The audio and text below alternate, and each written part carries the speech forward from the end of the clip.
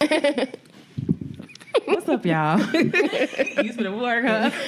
Yeah. Hello. So, okay, real quick. Last week, that was my fault. No, it was my fault. It was scheduling. My life. fault. Trying to do too much. Your girl trying to listen. It's a lot going on over here in these streets. But so we here. We here now. Y'all get this new Yes, episode Friday. So you hear another voice that is Creatress, Hello. aka Shakira. Our special guest this week. Yes. So happy you're here. So excited to Thank have you so much on. for having me. Yeah. Thank you. It's an honor, y'all. This is the crazy thing. So Antoine, every time Antoine has an event, I go and I meet somebody. Yeah. So it was like, I told Tam, I was like, I just felt something about her. Like, I don't know what it was. As soon as she met you, she told me. So comfortable. Oh, word. Like, she was so Wow. warm. I don't know what it was. And so, look, we definitely have to have her on. Because, listen, people are always like, let me be on your show. And we like, Yeah. Because everybody wants a stunt. Everybody wants an not even opportunity. that, but just like, everybody's not like a good fit for us and like kind of what we do. And everybody can't hold a conversation either. That's real. You know? That's real. So I was like, we definitely got to have her on. And Tam was like, I feel like we're going to be boohooing on the episode. I definitely said. I feel like tears are coming. Well, let me tell you now, if you decide to let that run, you're in a safe place when you with me. Yeah. But, it's all good. That's what we do. Part of the work that I do is that. And, okay, so what is your title? Because I don't want to mess it up. Okay, I'm a certified spiritual life coach. I'm an advanced life skills coach, and I'm a Reiki master healer.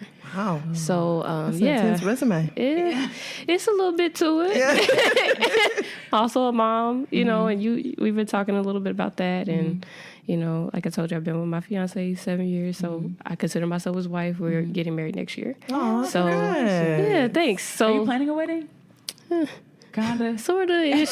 I feel you. It's kind of like, when it happens, and we're getting ready for it, but also not rushing too much. Like when it happens, it's going to be time. That's awesome. Yeah. I think that was kind of my philosophy. I was like, when I was engaged, Right. we were kind of planning, and I was like, but then I just, Yeah. But I've always said, like, I just hire somebody. Like, I don't even want to deal with, like, all the, like, ins and outs. And, like, some people really love all those details and what kind of flowers are going to table pieces. I'm just like, just tell me when, where, I'll be there. But her plan is also to marry very wealthy. Oh, And true. And pay for everything. Ma'am. Yeah, I don't mind. That part. It'll be easier, won't it? I don't see me marrying wealthy like that, so I know like we're gonna have to plan and do budget and Pinterest and all that stuff. And I don't really mind that, but I'm just like, I'd rather like somebody do it and like me show up too. Yeah. But like I still kind of want to be. If I could have somebody try my dress on for me, I would. All right. Oh, girl, no.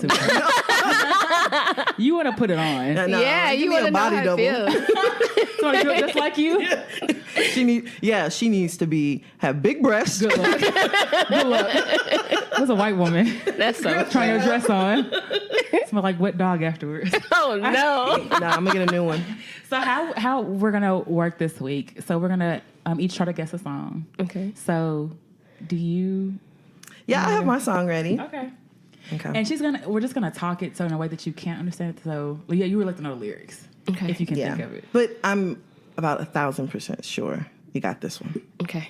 Okay. I'm pretty sure we picked the same person too.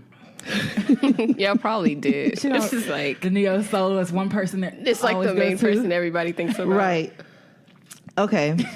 If we had to sing a song, I'm gonna shit myself. I keep letting you back in. How can I explain myself? Lauren Hill. Lauren Yeah. Hill.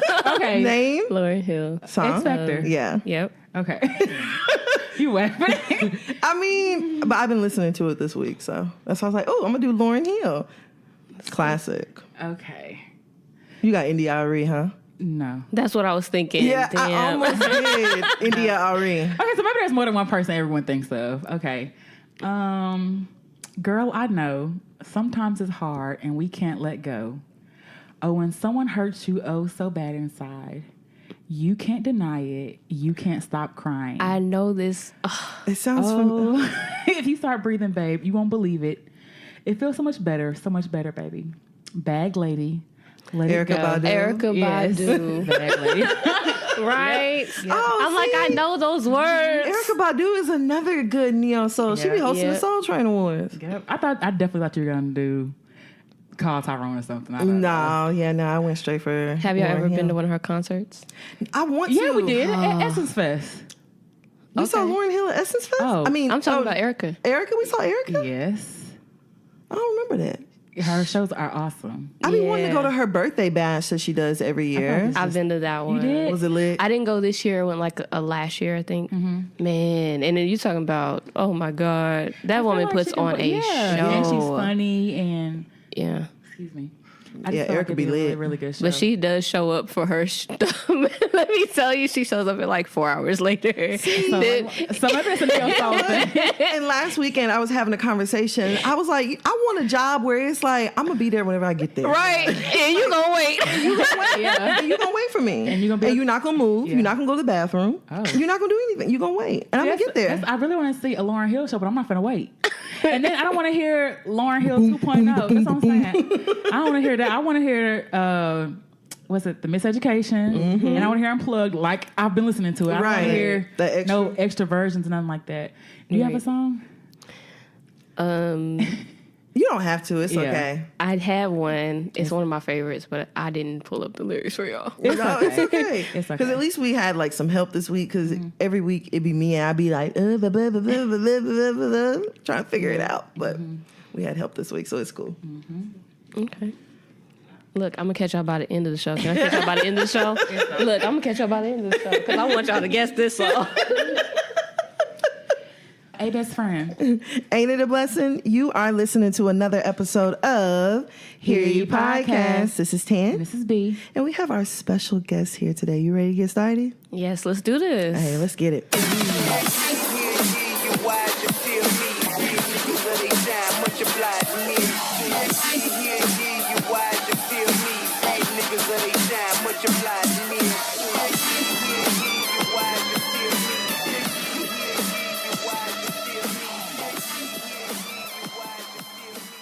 All right, so this week, we're just going to do a few topics. We'll do a little different. We got a few topics, but we're going to go ahead and start with 100 rounds. Oh, you can explain 100 rounds. Yes, So 100 explain rounds that. is basically just our way of doing concentration. So whatever she says, the first thing that comes to your mind, if it takes you too long, then you're out. Yeah. Oh, And then we'll gosh. stop and talk about it. And when we have a guest here, like she said, we usually just keep going until somebody fumbles. So Oh, Lord. it's okay. So I know you said that you really don't keep up with like current events. So sometimes she had a lot of people I don't even know. I just say like the first thing I think. Yeah, and it's NBA fine. young boy basketball. That's all. Yeah. Okay. Okay. All right, so we'll do our first topic. 100 rounds, Wendy Williams. How you doing? Oh, Radio. Kevin. Heart. Charlamagne. TV. Ooh. I'm fumbling already? Like, wait a minute. Look, what was that, round 3? Like, girl can't hang. But how you doing? Stuff too. How you doing was good. But you know, everybody calls her that. You know what I'm saying? Right. I was But going to say breast. letter P. Yeah, letter P definitely Letter crossed P. my mind too. Okay. All right, so I don't know. Have you heard about all the stuff that's been going on with Wendy and her husband? Wendy's in the process of a divorce. Oh, my goodness. So she's divorcing her husband. He actually got his side piece pregnant. Oh. She's been his side Brother. piece for about 10 years. What? That's more than a side piece, honey. That's like dessert. Mistress. That's a mistress. Concubine. Hello? A concubine. Porcupine. Right. 10 years, she was damn near living. Like, She was though. Like Family. What do you know about her? oh my, what? Yeah. I Wendy think Wendy knew. knew about her. But Wendy said that she didn't want for him to get anybody pregnant. Like that was like, Oh, that was the agreement? Like, that was her one thing. Like you can don't do do it, it. just don't get her pregnant. Pretty much. okay. Which is crazy. So Yeah. he broke the one rule. It took him 10 years to do it, but he broke He did it. it. You know, they don't be knowing how to. You can give them all these rules. The one thing you could be All like, right, Adam. I Don't give 'em that fruit. okay, I can bend a little on these other 9, but number 1, don't do it, and they go straight for number 1. Hell, she gave him more than just a rule. She gave him like probationary period. Like you gave him the right of way to start doing the shit. Like Right? It don't make no sense. how you expect him not to break that at Thank some you. point? Thank you. And how are you gonna have sex? Well, first of all, I don't think you can have sex with somebody 10 years and. yeah, but say you don't have safe Protected. sex for 10 years. That's what I'm saying. Like, yeah, okay. Usually for Negroes, it's like a month. Girl, 2 After weeks. that, no, the first time you were kind of the first time. No comment. That's how, at least you're a Take little it off. responsible. No comment. Take it off. All right. So, actually, today it came out that apparently Wendy's son beat the brakes off his daddy over the weekend. I saw that. Yeah. So apparently, he was arrested, right? Yeah. Well, at first they said like he got arrested, and then I also read that the dad said he wasn't going to press charges against him. Okay. But he definitely beat the. Off Kevin? Yeah, man. Ooh. Yeah. Birds of a feather. Yeah. So Kevin Jr. beat up Kevin Sr. Well, I mean, Yeah. How does that police report look? Girl, Kevin and Kevin. Okay. Kevin, KS, probably the KJ. victim that was a The defendant, the or, complainant. complained or whatever. But still, I mean, I can't say I entirely blame him. Like you Right. hurt my mama. Exactly. Broke her heart. And somebody was like, even the kids are like, well, if kids see something long enough, they gonna be tired of it. And I was Yeah. like, that's a fact. That's true. That's true. Like, Kevin Jr. done probably seen Wendy in the house crying, upset. Listening to Expector. Expector repeat. No matter how Drinking her wine. The candles lit. Got emotional Turned roller off. coaster in the That's what I'm background. saying. For real. So they said everything popped off. Vivian Green. Yeah, I'm on an emotional roller coaster. All them sad songs. Barbara, This Is Shirley. Girl, all that stuff. she got a whole playlist. So they said everything popped off whenever Wendy actually took their son over to the house to go pick up some things. And Wendy left, but Kevin Jr. didn't know his dad was actually in the house. And that everything was cool. They ended up going to the store together. And in the store parking lot, they got into an argument over Kevin demanding spousal support from Wendy. So who got into it? So her son was arguing with his dad about his dad requesting spousal support. Probably for the child support. Like, that don't need child Right. support. You know, Kevin Hunt, he's suing for child support, too. Oh, Lord. For their 18-year-old son. Yeah, and their son's 18. Bruh, what you trying to get? Everything. He's trying to set it, because see, and like I said before, I was like, his side chick did not sign up to have him full time. So now he got to take care of a whole other family. He done new set up baby. a whole new lifestyle. Oh, no. He's trying to fund it. Yeah. That's messed up. It's terrible. So they said Kevin Sr. actually told Kevin Jr. that Wendy was brainwashing him. Oh. Yeah. And they said it reportedly got physical, and Kevin Sr. allegedly put his son in a headlock. What? And Kevin Jr. punched him to break the hold. Okay, then it was justified. And he just kept breaking the hole. Yeah. He just, Pretty much, that's where the assault comes in. I think Kevin Jr. been in his room punching the air for years. Like, I can't wait. I'm going to whoop my daddy ass. He got one more thing to say to me. Yeah, practice it. I break the brakes on this. He in there, jab, Yeah. cross, left hook. Ready for his moment. Done. Ready for his moment. For real. So, I mean, I don't know. Hopefully, I don't know. Like, what if you are requesting child support and your child is like, I don't want the money. We don't need child support. Do they still grant it? More than He's likely. 18 though, so he's Yeah. an adult. Well, I don't know. I mean, but the fact that he's filing it, But and I hear about 18, like people who are over 18 that still get child support. So usually if you're in school, like if you're in college, you can get it like I want to say till 21, but it has to be like some circumstance. I don't really know how that I works. heard that you can even get like back child support, like for all them years. Yeah. Like I've heard of people being like 30 something, Exactly. getting You back. definitely can, especially if you've never had it or anything like that. They can definitely do that. So It's my money and I want it now. I'm done. definitely, which is crazy, but you definitely can. It's wild. Like at 5, like if you get child support when your child is 5, you can do back child support from the time that they were born and get all that if you so choose to. But anybody got time for all that? I'm telling you. It's wild out here with all these new abortion laws and things they put into place. They need to start doing child support as soon as you conceive. Pretty much. Right? Pretty much. I mean, if you're gonna force me to have the baby, like force the daddy to pay Right, for Something. sure. immediately. You know, they even decided that you can't have the abortion, you know, even if you were raped or, you know, something like that happened. Like that mess, that not rocks my incest. soul. When I man. saw that, I was like, oh, you got to be one. You have to be a special kind of terrible person to force somebody through incest or rape to Right. have a baby. to still have a baby. That's crazy. That's an everyday killer, man. I'm telling you. Every day. And then what is it? Georgia was like 6 weeks, so it's the heartbeat protect or bill or something like that. Yeah. So I'm Right. just like, most people don't even know that they're pregnant until That's what I'm saying. after. And then I saw something was like, well, here's what to do if you find out you're pregnant and you want to have an abortion. Plan a trip and let people know that you're going on vacation. I'm just like, that is very entitled. No, that's very entitled. Because not everybody has money to first of all, go on a vacation. Even think that people scrape money enough to get an abortion, and now you got to go to another state and have an Airbnb, travel and break somebody. But I was like, that's just very entitled to say that. Plan a vacation and tell people you're going away on vacation. Like, some people ain't even live Texas. I'm telling you. So like, okay. And what was so crazy to me, I was like, okay, so if everything's about technically like a heartbeat, which it really ain't even. Come on, I'm like if somebody's in a vegetative state, their heart is still beating, but their brain is not there. Yeah. And you let somebody make a decision about whether or not to take them off off life support. That's true. So what's the difference between that and you? Like, it's just two different ends of life.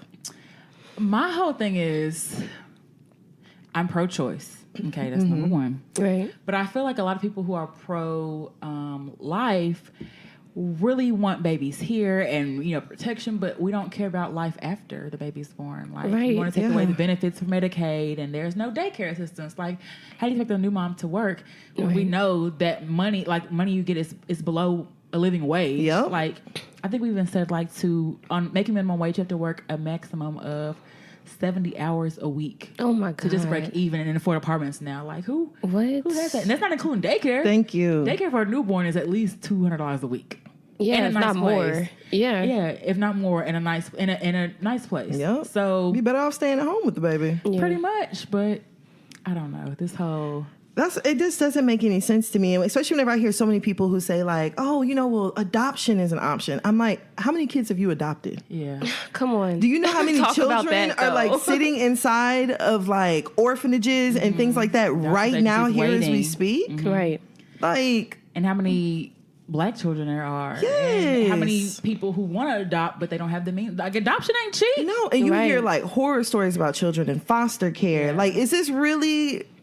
You got people just getting these children to make a check. Exactly. And then, like you were talking about quality of life after the child, like somebody that's going through molestation or any of these different situations that make them want to get abortions. Like, what type of quality of life do you think a woman that's been through such a traumatic situation is actually going to be able to offer a child? Thank you. Come on. There's no consideration at all for how that pans out. At all. There's none. And it's just all about, oh, well, you're doing this and you're doing that. I'm just like, I don't get it. Like, you should be able to let a woman do whatever she wants with her body.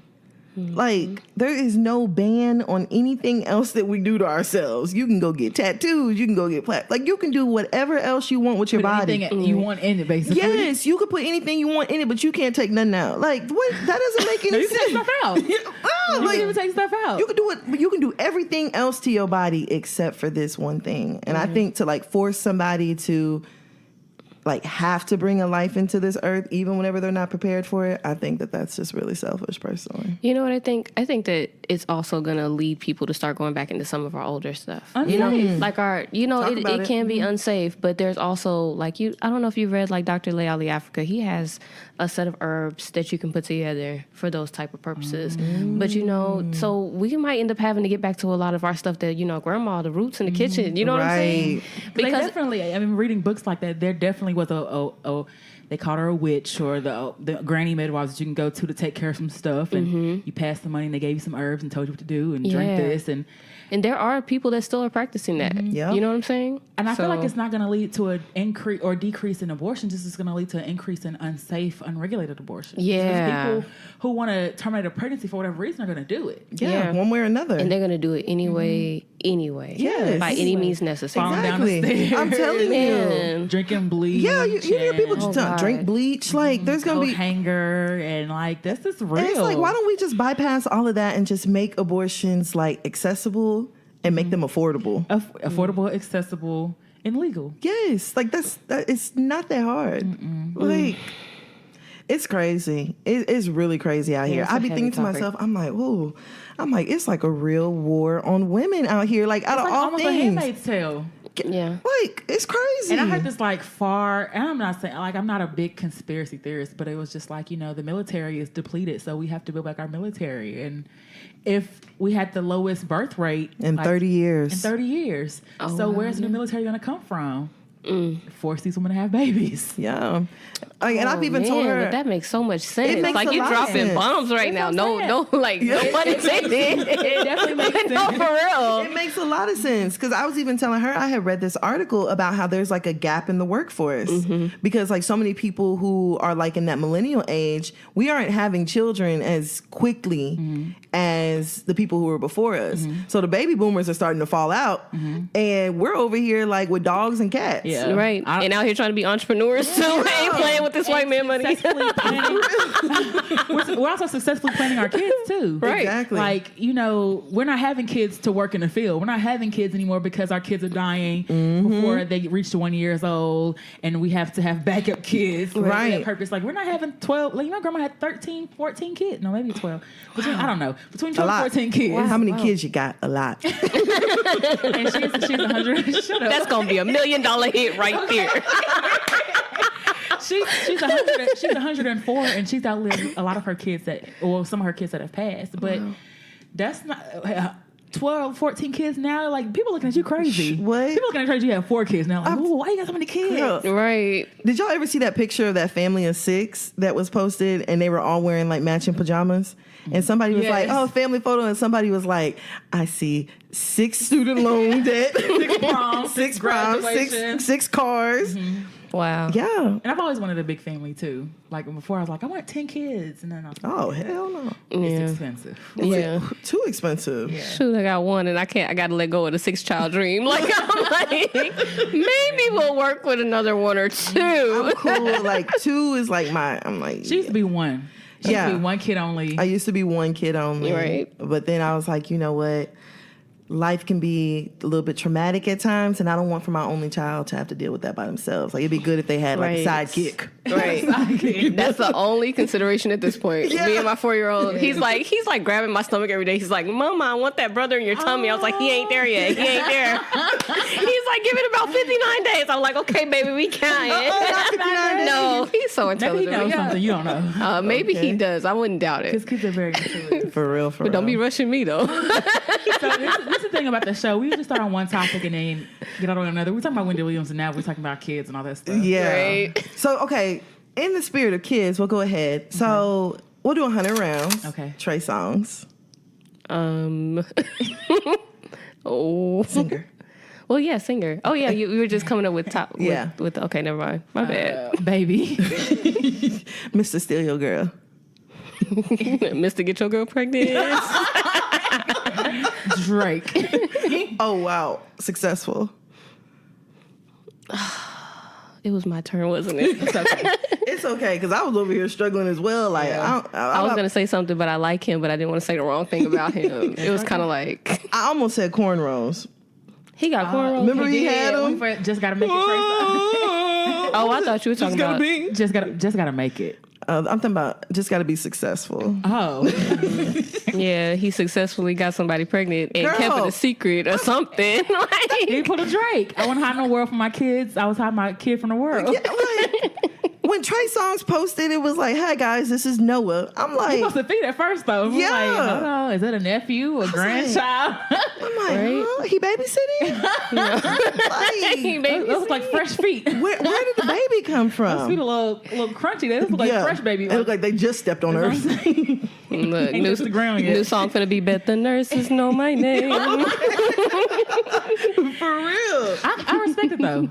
I respect the simple fact of keeping things private because I don't think it's like him not sharing. You know what I'm saying? Like, he not carrying a baby, so what do you got to tell everybody I'm expecting a baby for? I respect keeping it private. The only thing that I don't respect is that he just was showing us Lori Harvey's feet and was running around town with Lori Harvey. So I'm like, you're running around with Steve Harvey's daughter, That's and right. you've got somebody else that's pregnant in the background. Like, I forgot about that.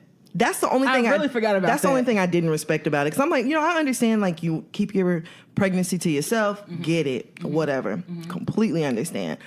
But I was just like, I don't know. Maybe they had something set up between the two of them. Where it was like, She knew. I'm just have his baby. I bet Meek wish he had crossed off the list. Meek Mill said I got Lori Harvey on my wish list. And he's like, well, Trey's the homie, so I'm gonna take that line out. So I wish he would have kept it. I think he said I took Lori Harvey off my wish list. He good now. But I forgot about that. That was the only thing. Whenever I saw it, I was like, shoot.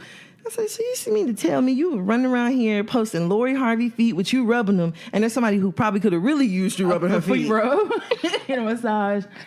And then I feel like, okay, well, it kind of seems like you obviously went with the person that you got pregnant. Like it wasn't planned. Yeah, it wasn't planned. Yeah. And like I don't know. I'm not gonna kept say Trey baby too. I would have ran straight to Alabama. Away. I'm going to the state. It's illegal. I'm keeping this one. I don't know. I'm not gonna say I don't see how, but like how people like that can slip up. They get too comfortable. Maybe it wasn't a slip up. That's also another thing, like, because just because people don't tell all their business don't mean that they didn't intentionally do something. So you know what I'm saying? That's true. And Trey don't really look like he wear a condom to me. That's what I'm saying. Like he don't look like. Girl, have you heard his mercy? No, he don't. Like he does not give me condom vibes. He don't give me no glove, no love. He don't give me that. And like if you insist, like, oh, you can go home. There's somebody else. I don't know. Trey Songz is just not like, he don't do it for me. I used to be a really big Trey Songz fan. Me too. I used to love him. Now his voice just annoys me. I don't know why. After he had his little TV show, I felt a little different. Trey. Yeah, I felt different about him after that. Desperate or? Yeah, it was just like, what's it called? It's like whenever you find out too much about somebody and you like, oh, you really corny. That's true. You know, like. I feel about Trina. A little bit. don't backtrack now. No, but I'm saying like some people I just don't want to know all that stuff. Like I don't want to necessarily see like Beyonce's inner world. Like I want to see some things, but I don't want to see her like I don't want to know what she eats and all that stuff. Like some stuff I like a little mystery about. Like why? I mean, like what's the purpose? Like what we gonna do? We all gonna eat the same salad together? Right. I feel like I don't want to say like I put on a pedestal, but I just don't. Some people I just don't want to know that they're like me. Like I don't. You're supposed to be better than me. I'm rooting for you. Like I'm saying, like for me to feel like we got the same 24 hours in a day, and you just like me, and I'm like where I am. Like I don't know. You just don't want to find out too much about people. That's what it was with Trey. Whenever I heard him like talking too much, I was just like, I don't really like the way you talk. Mm-hmm. I don't like the way you carry yourself. Mm-hmm. After that, I just didn't like him no more. Just let him keep the celebrity factor. Yeah, a little bit. Just the mystery. You don't got to be my uncle, brother, sister, cousin. Right. And some people like Erykah Badu. Like I appreciate how relatable she is. Like I feel like she's a homegirl, but like just some other people, I like the mystery about them. Like I like to know everything. So that's how I technically feel about that. Like I'm pretty sure there's some stuff like about Tupac. Like we really don't want to know. Yeah. Like let him just let him maintain where we have him. Yeah. Okay. So I understand that. I get it too. But best of luck for Trey. He got a cool 18 ahead of him. Well, I feel like he's ready. If anybody's ready, it's him. Yeah. Who can? I mean, I guess we'll see Noah again maybe at like his first birthday. Nah, I feel like we're gonna see Noah all over the gram now. You think so?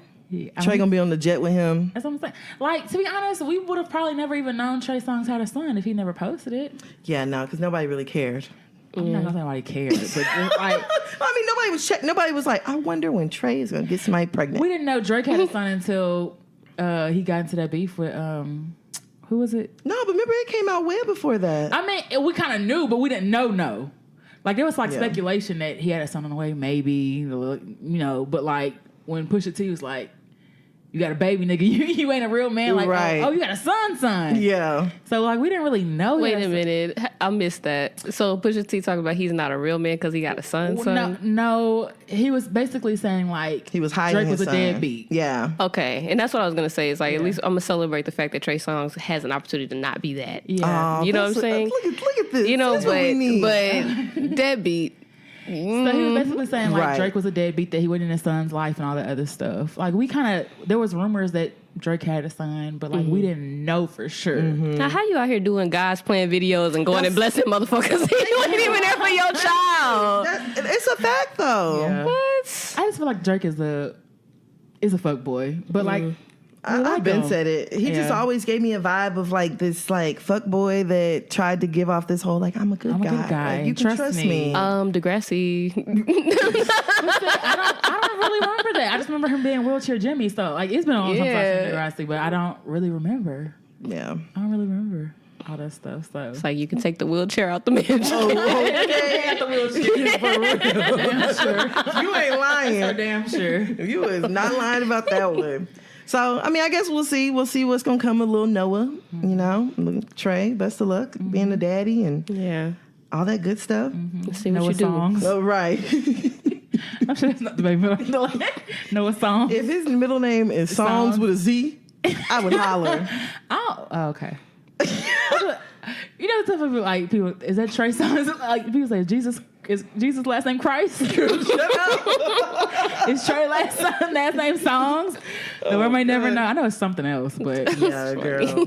I'm sure it's something else. Probably Williams. Probably so. Jones. Jerome Williams. All right. Tremaine. Tremaine Williams. All right. Tremaine Songz. Just a guess. I know it's okay. Just a guess. All right, so let's go ahead and go on over to our last topic. I don't know if we can really do 100 rounds on this one. Let's not. Yeah, let's not do that. So we're going to go ahead and discuss Muhlaysia Booker. She is a 22-year-old black trans woman who was actually murdered over the weekend here in Dallas. Me personally, because whenever Brittany actually told me that she had passed away, or that she had heard rumors about her passing away, like I immediately went to Facebook and I was like looking up. And then while I was like looking at her page, trying to see, because I saw people writing comments saying like, you know, is it true? Is it true? I got a notification at the top of the screen that the Dallas Police Department was giving an update on a woman whose body was found on Saturday morning. So I was like, oh, so I went ahead and clicked on it. And I heard them announce that the woman that they found was actually Muhlaysia Booker. So, are you kind of familiar with like Muhlaysia Booker and everything that happened? There was a big like mob style beating that happened over in Oak Cliff in April. And Muhlaysia was actually the victim of that. So she got into like a fender bender. And then apparently one of the guys or something, she hopped out the car. She was trying to leave and like a guy kind of cornered her in or whatever. And when she got out the car, he said, I'll pay somebody $200 to beat her up. Yo, so they like referenced the whole Jussie Smollett thing with that, because he set off all that stuff. Yeah, they were. I think they were serious. So that's messed up. Yeah, and that she actually was assaulted and was knocked out and everything like that. So they had to carry her to. Would they get her to the hospital? Yeah, and like the crazy thing was, it was like a bunch of men. So like one man started hitting her, and the other guy, she was on the ground. He's like sat on top of her, and was hitting her. And then other guys started coming in, and they were all like yelling like homophobic slurs at her, kicking her in the head. And the only people that saved her, a group of black women, stopped.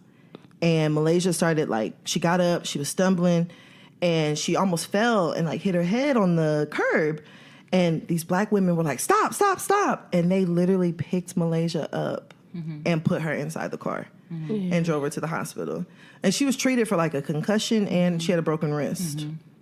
Wow. Cuts, bruises, all that stuff. And the guy that was responsible was arrested on bond and all that stuff. I think he's actually out now. They say he got rearrested on Monday. He got picked up for insufficient bond. Oh. He need to get picked up for insufficient mental, period. And everything else. Like, what is it with these people just getting off easy with like harming people? And that's what's so crazy to me. And whenever that first video happened, I immediately was like, any man that's willing to do anything like that for $200 needs to be off the street. Because imagine what he'll do for $1,000. Yeah. Right. You know what I'm saying? Like, imagine, like, he clearly has a price tag on him, and it ain't very much. Yeah. Right. At all. So a person like that, it ain't gonna take much. Yeah. So we were actually trying to get Muhlaysia on before all this happened. Yeah, because she was like a really kind of not big. Personality. Just a Dallas.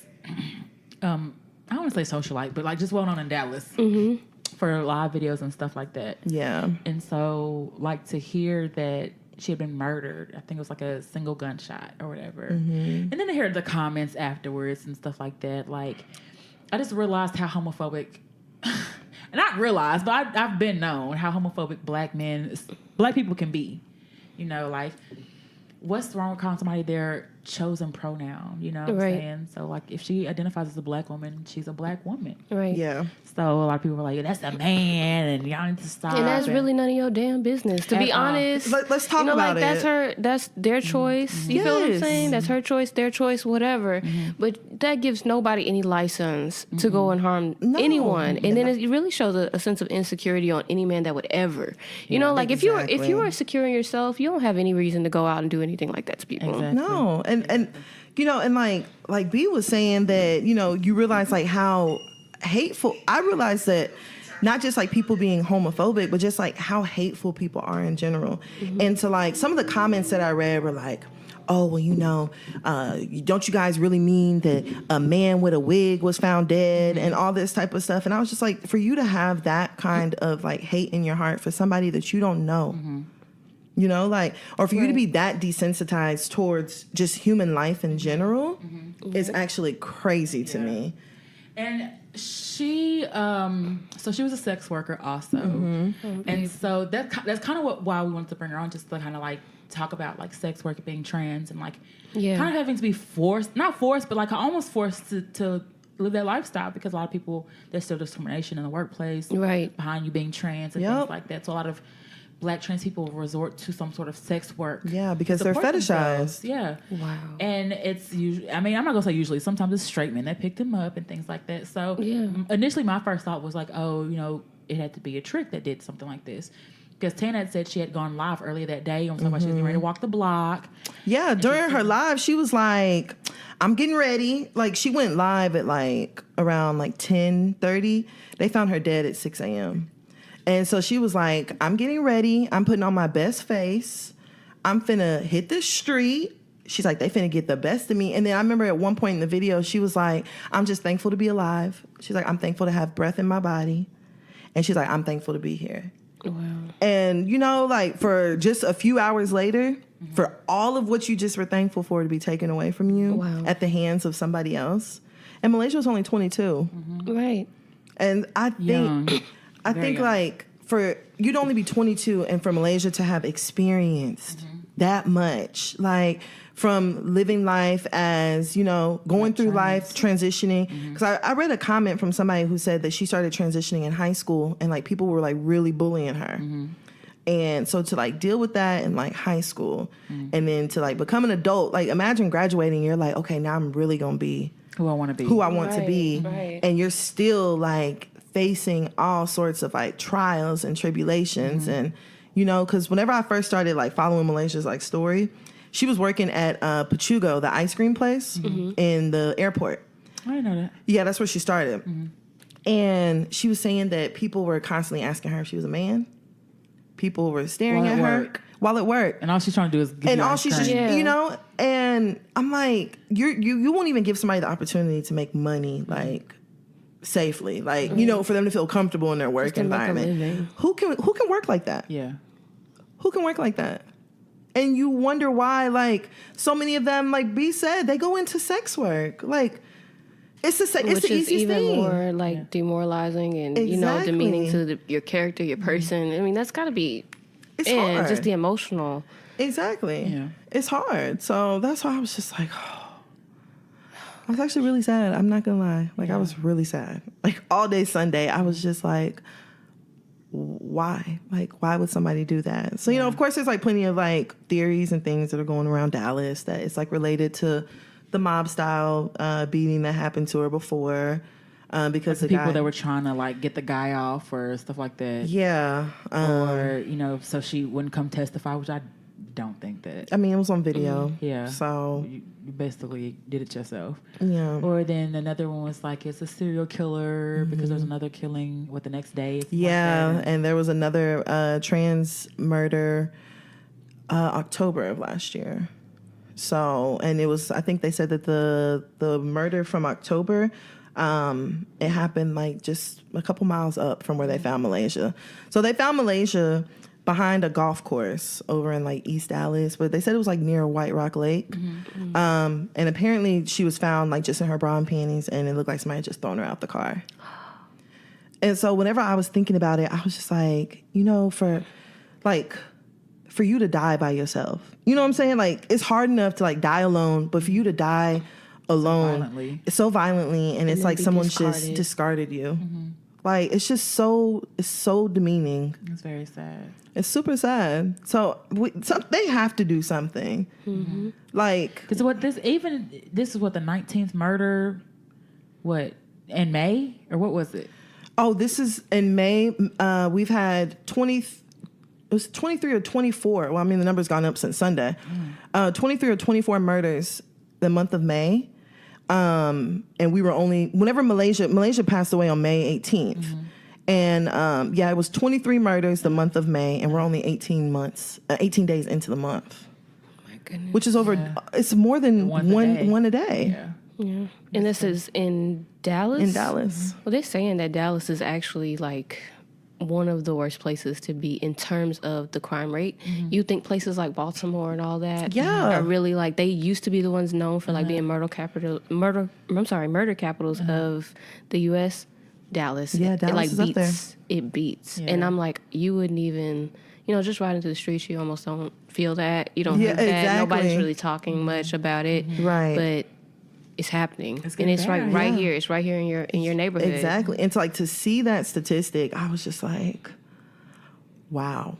Like, you really have to like be thankful for every single day that you have here. Yeah. Because there's no way that last week Muhlaysia would know that she wouldn't be here this week.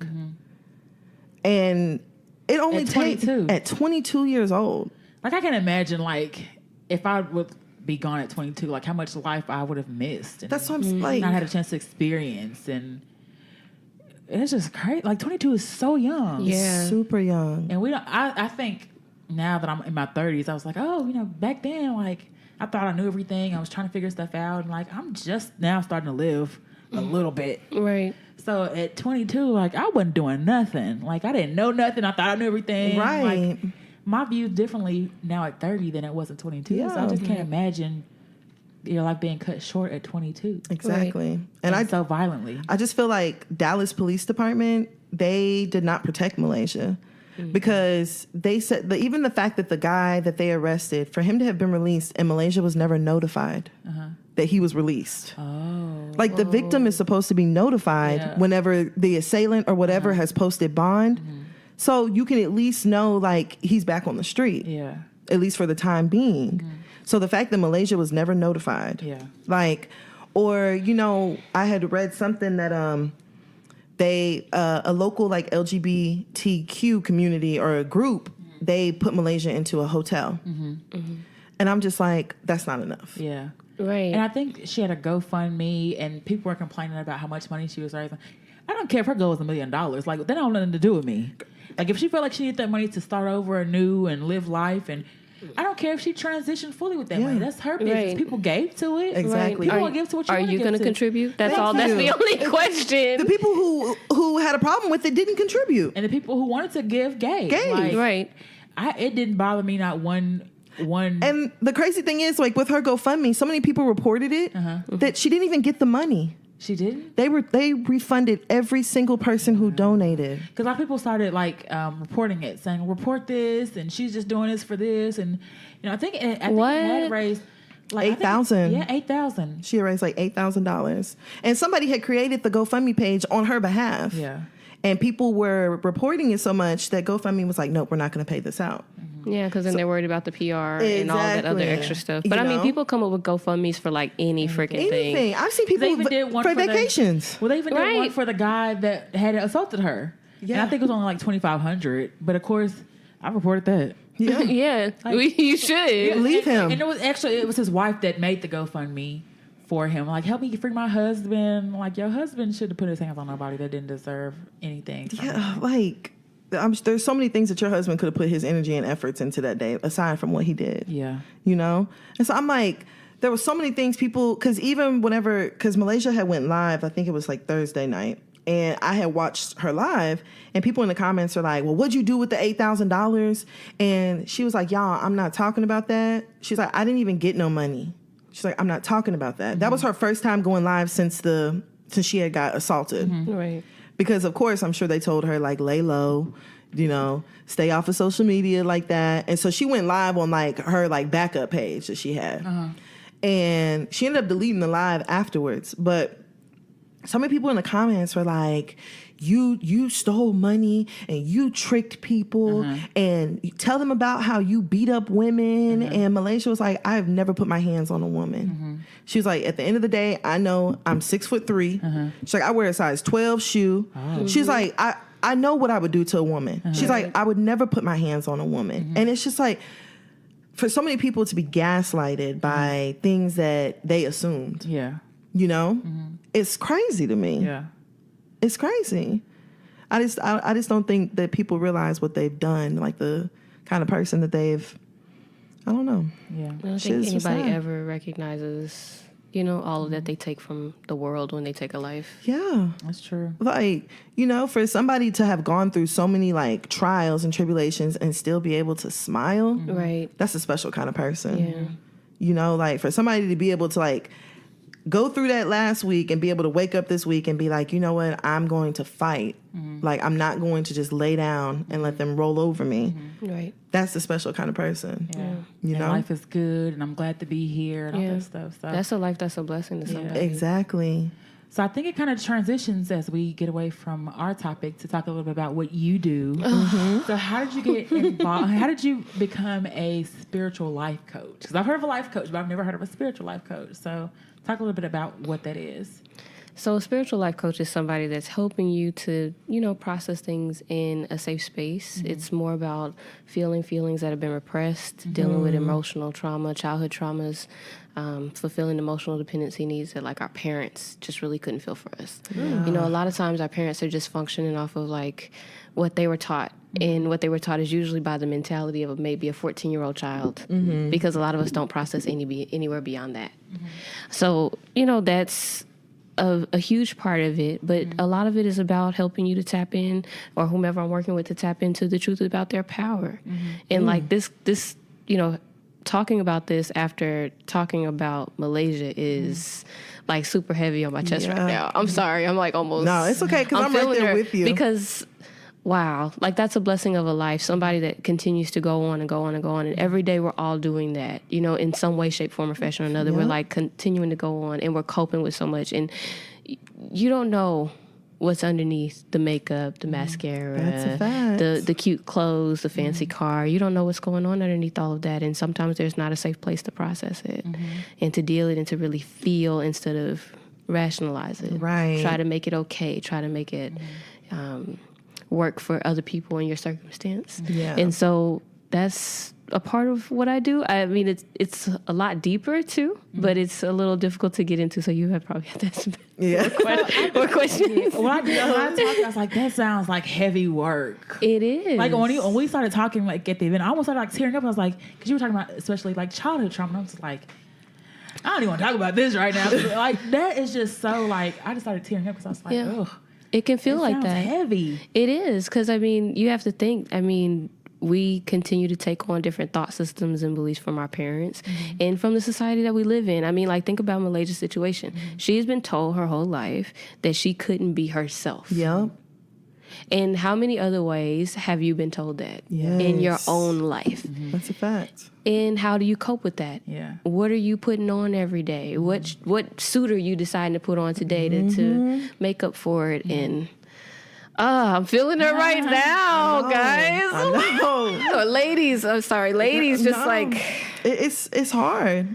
It's hard, and I think that was something that I really related with to her the most, was just being able to like smile, because that's one of the things that I've always said to myself is like, how do you get up every day and just act like there's nothing going on in your personal life?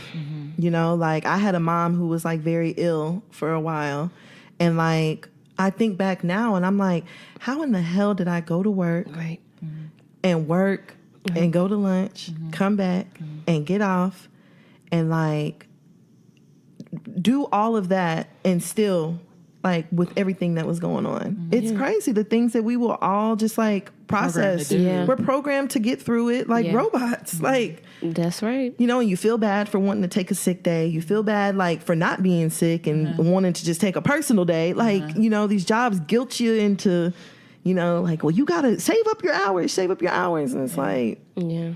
And it's a full conditioning thing. It's an institution of conditioning that we've involuntarily bought into. I always talk about, like, the diasporic aspect of that in terms of, like, the slave trade and the things that we still are processing through. We're still working through 400 plus years of programming in this side of the world. Yes. You know what I'm saying? And people aren't having that conversation. And in fact, in our families, we're not having a lot of those conversations. So that's kind of how I got here. You know, I watched my family, my mom struggle with cancer throughout my childhood, where I kind of put on the mommy hat at age 7. Girl, talk you know, about and it. then I had an uncle die with AIDS. Who was going to talk about that? You know what I'm saying? I have grandparents that to date are still on diabetes medication, and they say, oh, you're the next one in line. You're the next one in line. But when are we going to talk about it? The fact that we don't have those conversations in our homes create more problems for us, because we don't have the resources and tools to treat something that you can't see. I mean, if you don't pull it out, if you don't want to deal with it, then you're not, you know, you can't work with and heal through what you won't pay attention to and go through. You know? That's true. And so you need a safe place to do that. And our people, I mean, I serve everybody, but our people, center of my heart, because that's who I am, you know? And I share that experience with my people. So it's like, I really feel that if I can just be one more person to just give you a safe place to get it off your chest, and not just get off your chest and vent. I'm not talking about, girl, let's talk. Right. Let's just, girl, you know what he did. Right. You know what she did. My mama did this. Like, no, that's not what I'm here to do. I mean, we can do all that, you know, venting about it, but there are ways to deal with what are the next steps. This situation is holding me back. I'm not creating the life that I want because of this. This is keeping me from having the joy, the love, the experience I want in my life. How do I get past this? There are steps. But how do you know when something like that is keeping you from experiencing? Because a lot of times I feel like there are things that I've went through that are traumatic, and I'm just like, oh, that just happened. But people are like, that's traumatic. You don't see that traumatic? I'm just like, no, not really. Or, that's a program right there. Yeah. Because think about it. We're so used to, like, just putting it on your back and keep taking it.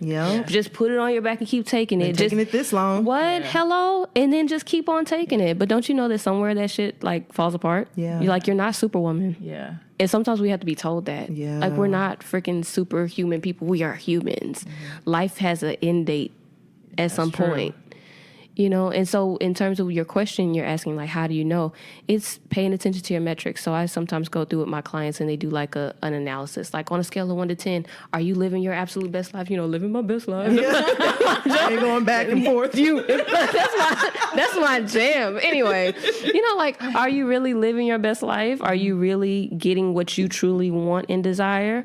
Are you getting what other people told you that you should want and desire? Are you getting something based on metrics that don't belong to you? Have you asked enough questions? So as far as metrics, what does that mean? I'm sorry. So when I'm talking about metrics, it's like somebody else's expectation of your life. You know, like, everybody wants to, or there are people that want to get married and have the kids and all this other stuff. Cool. Is that what you truly want, or is that the expectation for your life? Is your expectation to travel worldwide? Is your expectation to be here? What is your expectation? Have you sat down with yourself long enough to know? We don't do that. Yeah. Not normally. Not unless you've been following some gurus and deciding you want to do something different.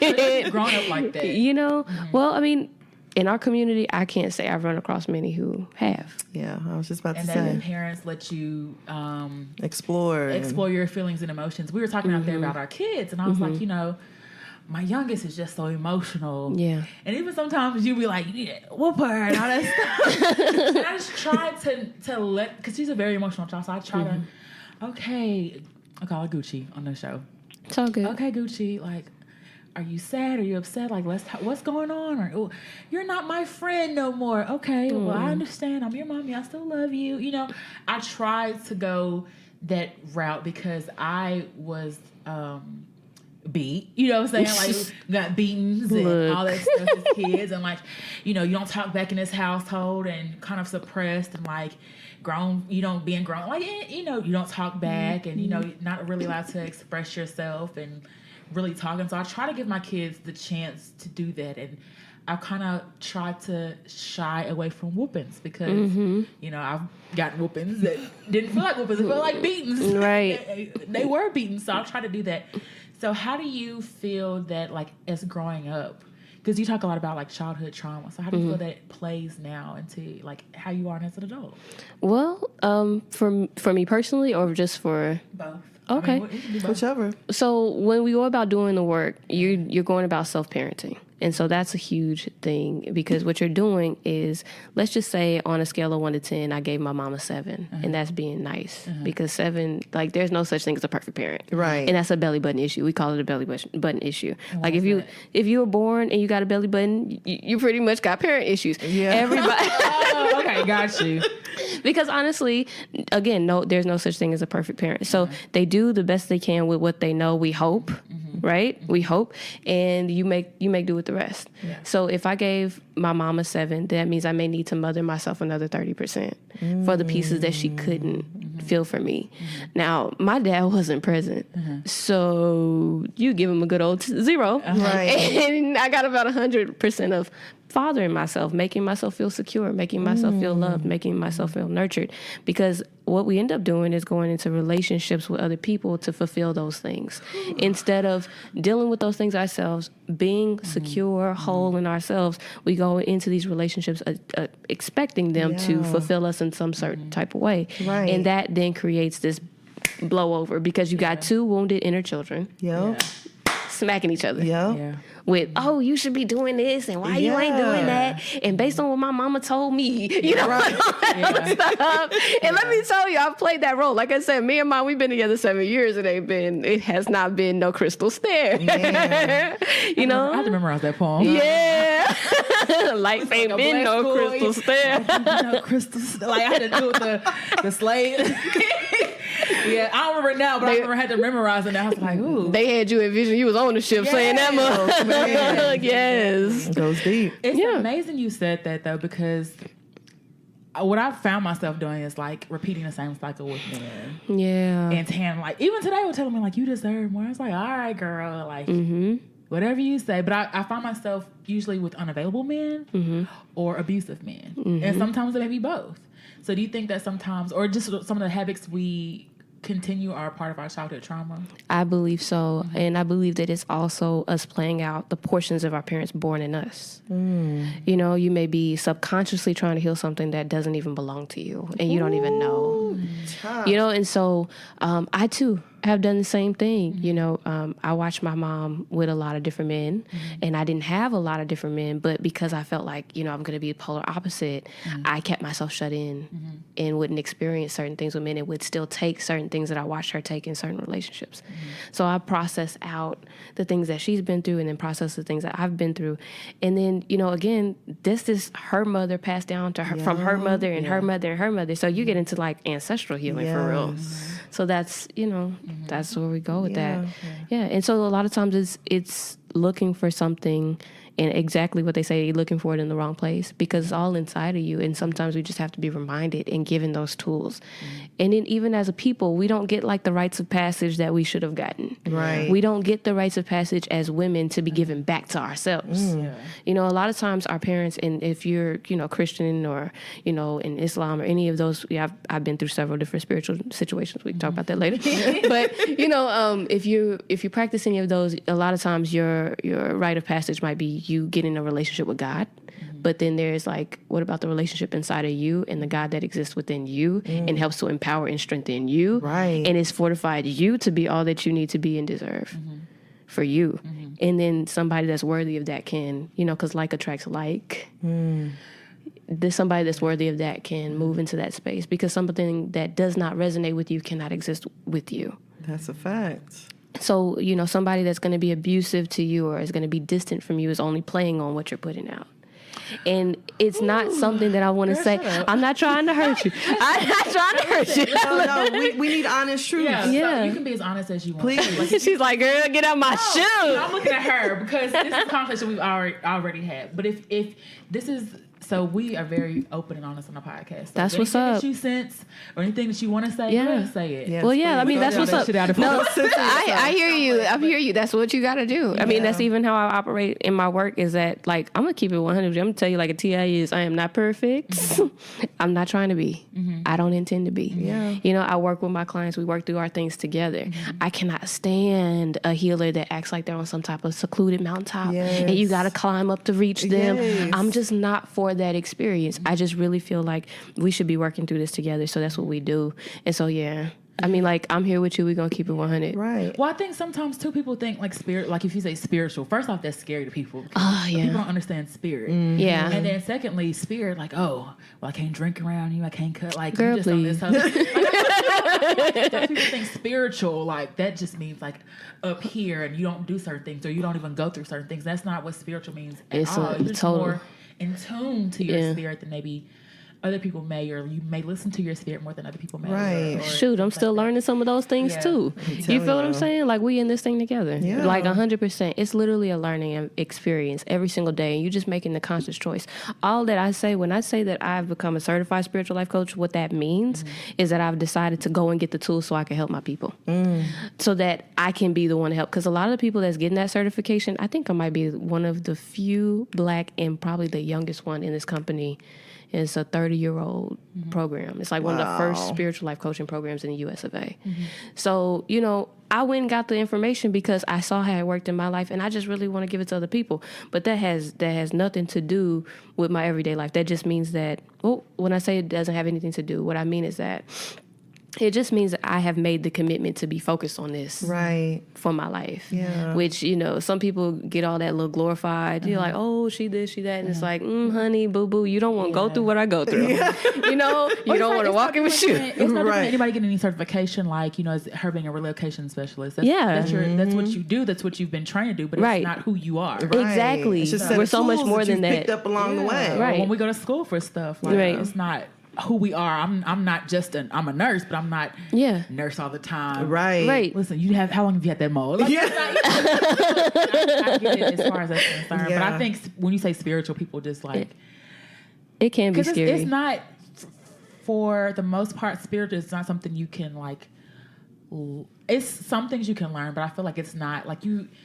To me, spiritual has to be like a calling. So do you feel like you were called to do this, or how did you? I definitely know? say that. Okay, I definitely say that. How did you know that this is what you're supposed to be doing, or like you're on the right path to what you're supposed to be doing? You want the long version or the short version? No. I know that, you know, I grew up here in Fort Worth, actually. I was born at Fort Hill Army Base, but my mom was in the military, and, you know, it's a lot of different things going on with her. And like I told you, she went through the cancer and things like that. And when I was a very young child, I was just very much into church at the time. And I just felt things very intensely. It was very observant, and I was the one that would like minister to my mom. Like, Mom, don't give up this, don't give up that. And when she was going through the chemotherapy, lost her hair twice, you know, I'm sitting there with her with a mattress in the living room, giving her pills and milk and trying to, you know, help her deal and cope with pain. I was the one that was kind of feeding her the spirit, or you was feeding her the energy, the vitality of don't give up. Yeah. And I'm gonna run. that's, you know, I wasn't the only one. You know, I won't take credit, you know, because there were other people in the environment, but I was doing that for her. I didn't get a lot of that from her growing up. I got more of me doing it for her. And I not only did it with her, I did it with people that I came into contact with. So anybody that has like followed my journey in general knows that I used to be called Saint. Not because I'm perfect. Let me clarify that now, because everybody will, I've had people that like, oh, you think you this, you think you that. I got that name. Someone gave me that name because I made them feel comfortable to share their experience, and I wasn't afraid to walk through fire with them and let them know that like, I'm not perfect. I've been through this situation. I've been through this, I've been through that. So there's no judgment here for you. There's only encouragement in the right direction that is right for you based on what you believe is right for you. You're not what I think is right for you. You feel what I'm saying? And so I I played that role a lot. And when I went off to school, I graduated from Trimble Tech High School, and I did pharmacy tech certification, thinking, you know, I'm going to work with chemicals and create some medicine that's going to cure cancer, because my mother had the cancer, and then the AIDS and all this other stuff. And I got to Howard, because I went off to Howard University. Girl. I went off to Howard University, and I thought, you know, I'm going to really go out here and make a holistic medicine, like Walgreens or something like that. I've had all these different plans to study in different parts of the world. And somebody burst my bubble and was like, you recognize the pharmaceutical industry ain't about giving us life, right? And I was like, oh, well, might have to reanalyze the situation, because I refuse to be the person that's feeding our people more medications, more things that's actually killing them. Yes. I refuse. So I started... just tuning in. I went to a silent retreat. So think about when you meditate, or if you ever have taken the time to just be quiet, just be still. And I went to a silent retreat with the chapel assistant and like a whole group, a chapel group. And I received a message that I'm here to do ministry, but it's not traditional. I'm not necessarily here to talk to people that just want to go to the church and want to just do that. I'm here to talk to people that really want to do like the work, and it is hard work. And then I started doing the work on myself, and so I say all that to say it's been a journey of working on myself and seeing how much this is something that other people can use. But I don't know how to explain it. It's always been a calling. I've had several different priests of different religions. I've been around the Lakota Indian tribes. I've been around metaphysics. I've been around Islamic people, Christians. I've been around, I right now currently practice African spirituality through Ifa, you know, and there's been, you know, you need to do this work for the people. So it feels like a calling, but I feel like everybody has that calling somewhere. We're just not aware of it. I feel like a healer is really supposed to be there to help you tap into the healer that you are. It's not about us doing anything for you. If you're really truthful with yourself, if any healer is really truthful with themselves, we're not here to be your savior. We're here to help you tap into the things that you can do to save your life. Ain't but one to a casket. Yeah, I'm telling you. So I'm going to save you. Yeah, you feel what I'm saying? It's true. So I feel like it's a calling that, you know, I kept spending time feeding is what I'm trying to say. I kept going in this direction, searching for the tools. But I feel like everybody has that calling inside of them. Right. And that's what I'm here to help them tap into. Right.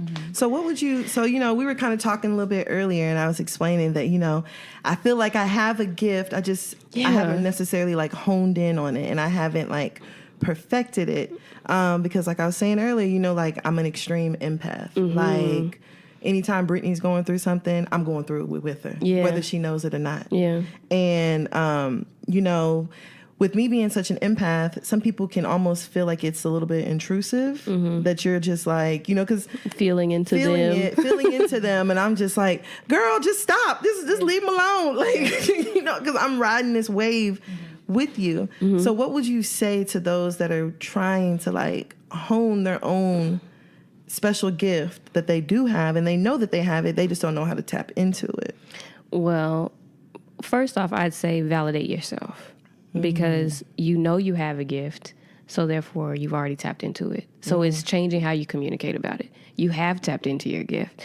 Now, in growing in it, spending time with yourself, taking the one-on-one time and allowing yourself to express it. Maybe if you want to do some journaling, you know, if you want to, some people use things like tarot cards to help read and see if it's in alignment. There are a lot of different things you can get into with that. But when it comes to when you say hone in and use it, and you say you're feeling things that people feel like it's intrusive, one of the things I've learned in terms of my experience is just not to impose what I believe people need to hear.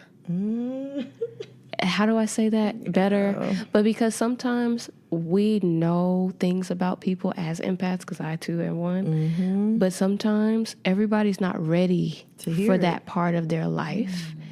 And so it's offering the compassion enough. Somebody wrote something. I believe it was Iyanla Vanzant talked about compassion is not you just giving of your heart because you feel like you're doing something. That's self-servitude. Yes. Compassion is paying attention to what the other person needs and wants and asks you for and giving them that. So there's a difference. So me going around and just telling people their life, Right. That can cause some issues. Yeah. And I'll be honest, I've had that experience. Yeah. I had to learn. And you tell me my life, I'm like, okay. It was something. We went somewhere, and someone told me about a turtle. Like, oh, turtles are good. So I met a nigga with a turtle. And I thought he was mine because they said turtle, and I'm the one, like, I take it and run with it. Okay. And sometimes she even, like, doesn't tell me stuff because she knows, like, you'll take it too. And run. Like, I just like, is this a sign? Is this what she was talking about? Is this what she was talking about? Like, I just take, even when people, like, prophesize in my life. Yeah.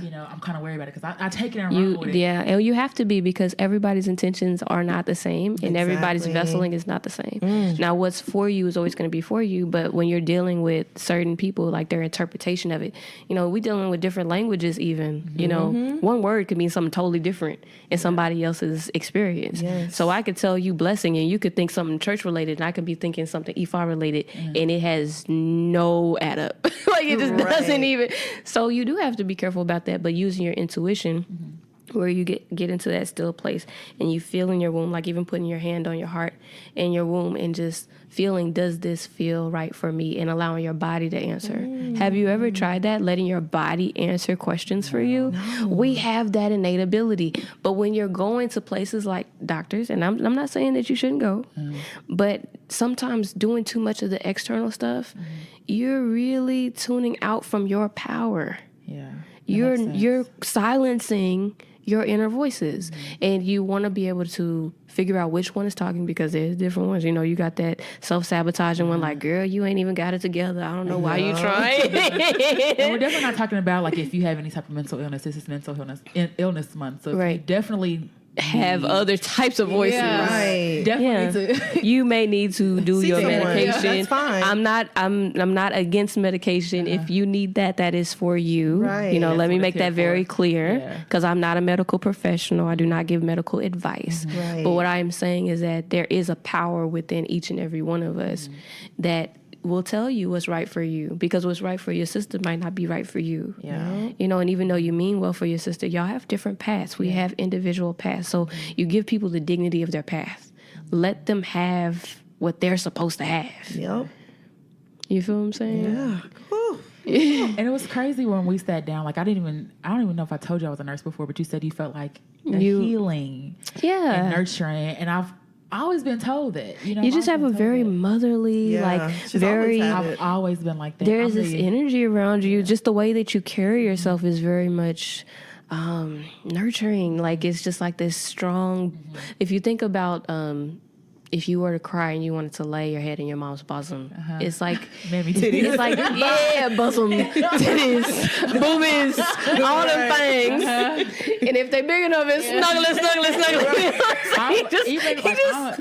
I'm the youngest of all of us, but I've always been like that. Even in high school, I've always been like that. The one that, was very nurturing and let's figure this out and we're going to do this and all that stuff. So I've always been like that. But it was amazing that you picked up on that. Yeah. Even on her, that you said you picked up on her. Like, I could tell she's a seer. Yeah, definitely. It's definitely there. And that's part of my gift. So if ever you want to talk about it, hit me up. You'll have my info. And truthfully, this might be is needed to happen, because there's things that I will see, and there's some things that, like, I'll see things and I'll be like, okay, am I making this up or am I actually seeing it? Because, like, I think about so my mother actually passed away last year, and there was moments before she passed that I started seeing things, or there was things that were like happening to me. So, like, one of them was like, I remember one day I was at home. And I have a portrait of me, my mom, and my 3 sisters. And I'm at home in the kitchen, and my picture fell and just hit the ground. And I was like, that's weird. I'm the only one here. Like, ain't no strong gust of wind came through here, And so I was like, and for that to be what fell, I was like, okay. I'm like, something's about to happen with my family. Right. And so Then I remember there was another day, maybe a few weeks later, I went outside with my dog, and I took him to the little courtyard area. And I remember looking in the tree, and there was a baby owl in the tree. And I was like, what? You don't usually see an owl, like, right. especially a baby. It was small. It couldn't have been no more than this big, and it was just sitting in the tree right above where I was standing. I was like, you don't usually see an owl, so I didn't really know like what the owls were like a sign of, and so I Googled it, and owls are a sign of death. And so I was like, okay. I was like, all right, so something's about to happen. I'm just going to try to prepare myself for it. And I didn't want to tell anybody because I didn't want to scare. Because you never told me that. Right. I didn't want to scare anybody. But I was literally just at home, and I'm like, why am I feeling this? Like, why am I, like, these things are not just coincidences. Like, these things are just actually something that's showing me that this is the path that I'm about to cross. And it's about to get bumpy, but I'm going to cross it. Right. And so that's why I'm just like, whenever some of the stuff I see, you don't want to tell people because it's like you don't want to scare them, or you don't want to come off crazy, or you know what I'm saying? But you like, feel the need to tell someone. I feel the need because I'm just like, if I see a warning and I don't tell you, was it really a warning? Right. You know? Right. I don't know. It's weird. Right. And a lot of that is, again, reframing your words and then like trusting yourself, because you just said that you need to hone in on a gift. And then you just told me that when that picture fell, you knew something was going to happen in your family. Yeah. You need to start trusting yourself and celebrating your intuition. That's a thing we have to do as women. You've got to celebrate the truth, because we're not telling ourselves the truth when we're saying that. What we're saying is we're uncomfortable with owning the truth, but the truth is, you know, you have a gift, and you are very much in tune. And you got to trust it. And if you need support in places, people to talk about that, that's why I say we have to pull these things out. Like, why are we not having these conversations? I'm pretty sure me, Ma, and them had all them gifts. Right. And ain't nobody talking about it. I know I got a whole family of women with gifts. And Black women were like the highest spiritual being on the planet. Amen. Hello. We are. So it's like we all have these gifts. We need to be talking to each other, nurturing those gifts, growing together so that we can make for a better family environment and better environments in our communities, better environments in our own minds, bodies, and spirits. But I mean, that what you went through, I mean, you knew. I knew. You knew. I knew. And that's why whenever it did happen, I was just like, oh, I was like, damn, I'm sad. I'm hurt, but I knew it was coming. Right. You know, and I knew that it was about to be a part of the journey. But at that time, I didn't, like, my mom was ill and my mom was sick, but I was trying to kind of like tell myself, like, okay, well, maybe it's somebody else, you know, maybe it's a great Trying to aunt. rationalize it. You know, maybe it's a great aunt that, you know, it's going to happen to her instead or something, like, versus me thinking that it was going to be so close, like, to actual home for me. And so, I don't know. It's heavy. Yeah. It's heavy. Yeah. It's so heavy. When we get scared, we start trying to rationalize things. Yep. You know, and that's a scary thing. As somebody that's also been in a situation to potentially lose my mother didn't die with the cancer. Praises. But she gave her 3 months to live. Oh my God. At the beginning, and I was 9. Okay, so I get it. You don't want to know. You don't want to have those premonitions, and I've gone through that several times too in my walk, where you know something's about to happen to a person, or to anything in general. Like something's about to just fall through, and having to keep that to yourself, it can be overwhelming. Yeah. You need to be able to talk about it, process it through, accept it. Acceptance is hard, and when you're given that type of gift, it's for more than just you. Yeah. You know, like there are things that you can do with it, but you have to be careful. You know, because people's minds, hearts, they're fragile. Exactly. And We're all still human. That's where I like try to toe the line. Just make sure I'm not just like out here, you know, like gunning on crushing, folks. crushing spirits. The thing is, she sees stuff and she don't want to tell me. And I'm just like, well, then she's also not giving. You gotta get yourself to a place where you feel comfortable feeling for yourself, because you have that gift. You just haven't decided to be with it. what do you mean? To feel, to know, to intuit. I think I kind of tune all of it out because I speak in my head constantly. I'm always in my head, and so I was like, I don't know if this is me or this is something. I don't. So I'm always in my head, so I don't. Right. I don't trust myself when it comes to stuff like that. But Right. sometimes she'll be like, she'll like, I didn't want to tell you this because I'm like, But girl, just tell me. Like, I'll just say it. I'll see things, and I'll be like, I love this relationship between y'all, by the way. Because what's dope is that, you know, you're not able to see it. She is. So she gives you what she can give you. But, you know, we also want to make sure that we don't cripple our sister. Because we want to make sure that she rises in power, in her own power, too. Yeah. And so y'all should maybe spend some time around that. You know, pulling forward and then finding out why you're blocking these things out. Maybe there was a situation earlier on in your childhood, your experience, where you did know something and it hurt like hell. And then once it came up and you saw it, you were like, I never want to know this shit again. And that's where you would block those things out. And that's what happens when we go through traumatic situations is we start blocking out our ability to feel things and to know things. We start stuffing stuff to the back of our minds, hoping that we're just going to the same way we talked about Muhlaysia. She's snapping back every day. Yep. How much stuff do you think that she stuffed in the back of her head, in her mind, in her heart? And then those things usually become dis-ease, because dis-ease is 2 words, dis-ease. It's a position of not being at ease with yourself.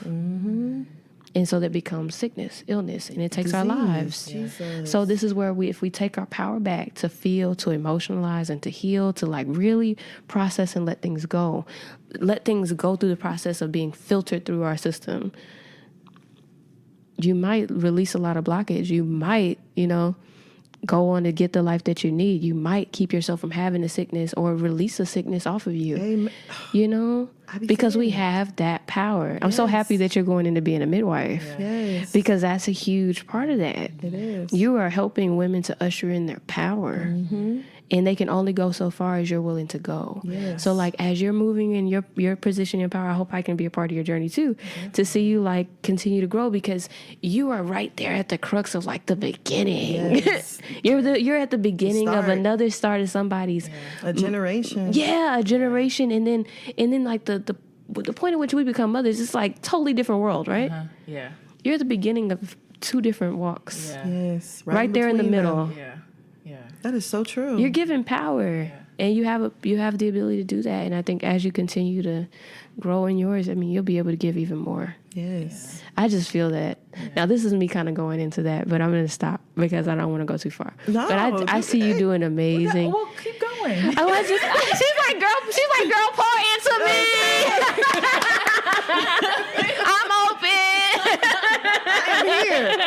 Tell me. But no, for real, like you really, you got a lot to give, but they can only go. And your baby girls, like, come on. Yeah. The more you jump in, you're going to be empowering them. Yes. That no man has to tell them. Yes. Come on. That no female frenemies, because I've been there. Yes. But like that they know for themselves, and they know it because you gave them that rites of passage. Baby, know yourself, be yourself, trust yourself at all times. And that's the mission that I'm on in my own life every day. I'm making that choice. I'm not your meditating guru. Nah. I got my drink. Clink. Cheers. But I'm still learning and growing, and I'm enjoying the ride, and I'm inviting other sisters to join me. I'm about to hop in the caboose, girl. Oh, let's get it. Okay, for real. Let's get it. Kind of switching gears, as far as services, like how would someone reach you or get in contact with you about what it is that you offer, and then kind of maybe talking about like what's the first step? Okay. That's cool. One of the things that I usually do with a person is I go through sample session. So what I have is a program. It's a coaching program that I told you about earlier, the one that's like 30 years old. It's called Self-Mastery. It's the course of you learning about you. It's literally you-ology. It's all about you. Right. But we go through a sample session where you get a chance to see what it's like to work with me, what we're actually going to cover. You get a textbook. It's like 258 pages, I think. And the book is actually a culmination of like 150 self-help authors. So instead of you having to read 150 self-help authors, Master Coach Hugh, the guy that wrote the program, he actually went through and researched all of these books, found the main messages. There were 16 main messages, and he put it into a book that's easy to read from any walk of life that you're at this point. And so we use that textbook, And we go through, I do telesessions. I work with people everywhere from, I just had a consultation with a sister in Washington. I've dealt with people in Antigua, Jamaica, you know, Dallas. I work via telesession. So you don't have to fly anywhere. You can be on vacation and talk to me, girl. Holla at me, because I need you to have a drink for me while you're out there. But, you know, really, you know, you can really access me anyway. My website is www.createwithinme.com because we're focused on you creating the power within yourself. And so when you read it, it should feel like create within me. It's you. It's you, boo. It's right you in the middle. It's not about me. Yeah. Okay? And then you can also call me. My number is 682-231-0975. Okay. I hope I said that correctly. But that's my number. You can call that number, leave a message. You can get like a 20-minute free consultation with me. And I'm actually really excited about this. So in the fall, I'd like to launch a class where, you know, maybe 20-odd people or more can be a part of a class where we actually go through the chapters in that book. So you get a feel for the foundations of what this is. And then if you want to work one-on-one with me because some things come up on an emotional level, we can do that at a later time. But this way I can get more knowledge into people's hands. I just want to give it to people. Yes. I'm like, we need these tools. Yes. You know, so when you do the coaching program with me, I'm here to train you with the tools. I'm not here to, oh, well, you just keep on coming. I don't like that. Yeah, I don't like that whole trail you along thing. I'm here to give you the tools so that you can, you know, like they say in the Bible, like you teach a man to fish, he'll fish for the rest of his life. You know, but if you fish for him, he'll fish for a day. I know I said that backwards, but you know, y'all Christians, bear with me. Church folk, holla if you hear me. But you know, yeah. So like, I'm here to help you get those tools under your belt so that you can use them for the rest of your life. Use them with your children. Use them with your daughters, your sons. Use them with everyone. Use them with your mate. Try to get into your mate. We get into everything from spiritual relationships, which deals with, you know, your relationship dynamics, whether they're personal, professional, or romantic. We get into relationship mastery, we do money mastery, we do weight mastery, and we do holistic parenting. And then of course self-parenting, like we talked about, and learning how to cope with the things that you've gone through. Not just cope, but to heal those emotional dependency needs that were never met. The unconditional love and nurturing, intimacy and support, boundary protection. Hello. Come on. We get into all of that. So this is all included in what I do. And I'm gonna give it to you. And if you go on my website, you can check out some of the reviews from some of the people I've served. I mean, it's really just been an honor to walk with every person because we walking together. And I still, like, all the time I'm checking in like, hey, how you doing? This is where I'm at. You know, this is what we're here to do. And yeah, that's like the step. I did have a couple more questions, right? Cool. Okay, so is it normal for an empath to be emotional? Because I get all the time that I'm overly emotional. Okay, so one of the things, just from my personal experience, there are a lot of people that go through different experiences with their emotions. But from my personal experience as an empath, I find that I take on not only my emotions, but I take on other people's emotions. And sometimes I don't know which one is which. Yes. And so I've been working on myself with this, and I've gotten a lot better at it, because once you get to your own voice and you really know who you are and how you really truly, when you're grounded in yourself, you know when it's not you, and then you know how to not be dysfunctional about it. So you don't want to let it hit you and you absorb it. You want to let it pass through. But there's an art to that, because some people will lock up and like just not try to feel anything, and that's not healthy. Because it stops your body system from doing what it's supposed to do. So you have to allow it to pass, and just remember, like they say, this too shall pass. You know, there's nothing that is more current in the universe than change and consistent change. It's gonna change. It can't do anything but you have to remember how to separate yourself from other people's feelings and wants and needs so that you can process you. And then learning how to take the space that you need to process out some of the other stuff. If you are feeling something and it is something on behalf of somebody else, you need to know how to process that. Right. But yeah, and if you need help with that, let me know. Yeah, because that's something that you know, because like you said, like, and maybe that's something I need to start doing personally, is like letting it just pass through, because I will like take on it, and I'm like, all right, I'm finna go to war with you, right? Or I'm finna go through this with you, versus it being me being here with you while you go through this, right? You know? Right, and that's, ooh.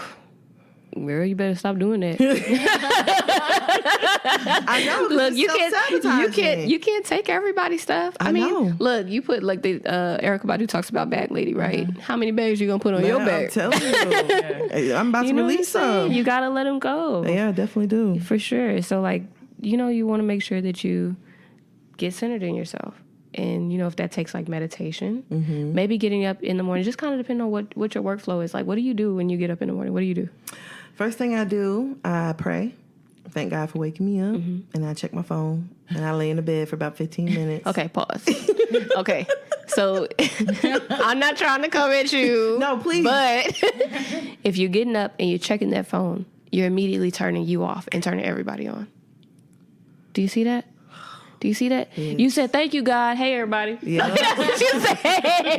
Hey, everybody, how you doing today? What's going on? You did some Wendy Williams. How you doing? So like, how about just trying it maybe for the next couple of weeks? Just try it. Maybe taking the first, when you wake up, you give your thanks. Lay in the bed for that 15 minutes. Put the phone down. Make sure the phone is not anywhere near you. And just let whatever you need to feel come up. Whatever you're thinking about come up. And don't judge any of it. I shouldn't be thinking about this too early in the morning. Don't do that. Right. Just let it come up and just notice it. You know, hey, I see you thought about work. Cool. Peace. Next. Right. You know what I'm saying?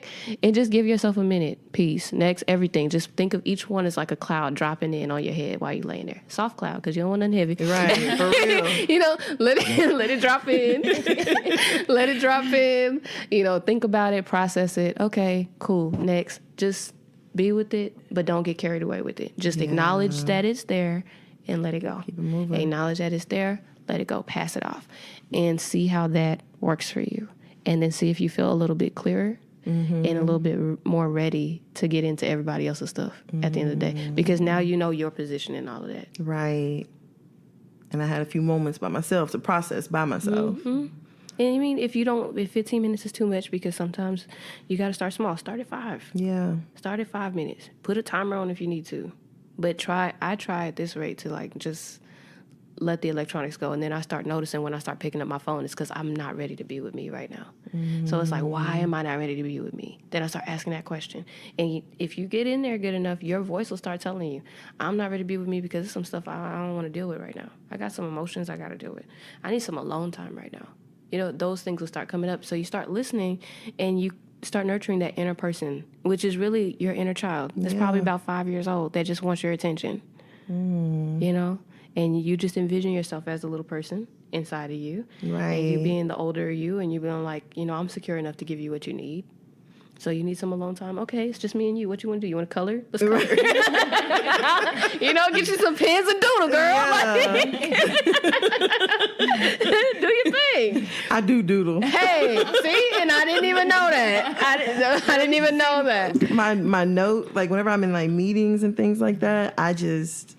Whether it's me writing my name 100 times or if it's me drawing, like, yeah. See? This is the gift. Yeah, so, for sure. This is how it works. So, you know, you just go with it. Yeah. And listen. Just get into listening. We do a lot of talking. Let's get into listening. Wow. So, this is kind of like reverting back to what was kind of at the beginning. You know, so like B was talking about like the kind of relationships that, you know, what she attracts and things like that. And so something I noticed about myself, so I lost my father at 16. And I feel like I like lost him at like a really like pivotal point, because that's like the point where, you know, like dating and, you know, you're really making that like transition into like being a woman and being an adult and things like that. And so something that I find that I look for in men is a protector. Or, you know, because my dad played like a certain role in my family You know, like my mom hadn't put gas in her car until after my dad passed away. Right. You know, she was like, I know who I am, and I know my role, auntie. Come pump this gas. Okay, like every Monday she had a full tank of gas. You know, it was like just little things like that. Yeah. And so I wonder if I'm setting up an unfair expectation for the relationships that I'm getting into, to where I'm like, well, you got to be a provider, and you need to be able to protect, and you need to bring money to the table, and you need to pay these bills. And that's a loaded question, because here's the thing. I believe in two different parts of that, or maybe a few different parts of that. One, I always remember, you remember Life Jennings wrote that song. He said, don't be a nickel out here looking for a dime. Mm-hmm. You know, so you got to be a dime too. You got to add up. Right. So you want to give those pieces of that nurturing to yourself. Mm-hmm. However, you also are entitled to have the things that you want out of life. If you want a spouse that can do those things for you, I think it would only be unfair if you didn't have that dialogue. You know, so if you're telling somebody, these are the things that I want, and this is my expectation for my life, those are your boundaries. And so this is a whole nother topic, but boundaries don't always have to be negative. They can be positive things. Yeah. You know, B says she likes wine to be, you know, the dessert kind of wine. She don't like dry wine. You feel what I'm saying? So if you don't like dry wine, then don't bring her no dry wine. Bring her some Moscato, You feel what I'm saying? She just knows what she likes. Yeah. That's not a bad thing. And where do we get off being shamed by wanting certain things a certain type of way? There's no need to be shamed in that. But you have to make sure you're putting yourself in a certain position to have that. Yes.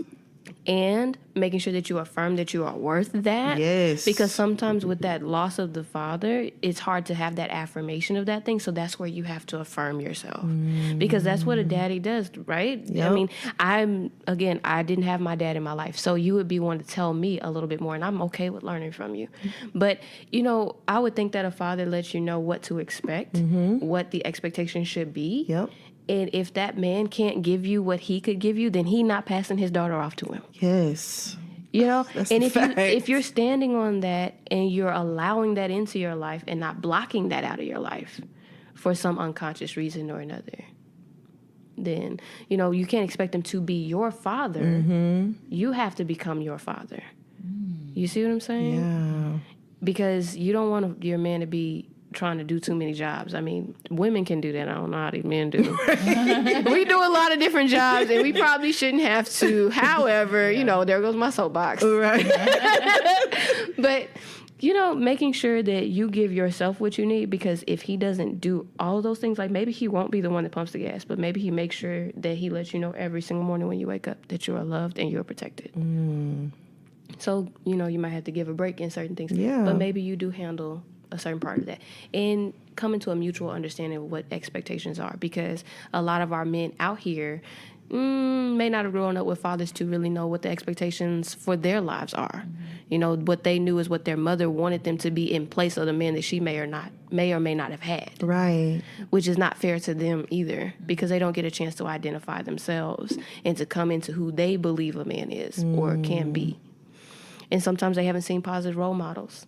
You know, so all those factors come into play. So it takes the level of not compromising what you want, but paying attention to all the dynamics at play and seeing where they mesh, where they don't, where they need improvement, and being willing. The willingness is huge in any relationship. That's a fact. You know, because you could be showing somebody love in a way that they don't even, like, you may believe that it is love for you to have gas in your tank on Monday without you having to deal with that. Right. And if that man thinks that loving you is taking you out every day or every other weekend or whatever, it might not be hitting you in the feels the way you need it to hit you in the feels. That becomes a dialogue.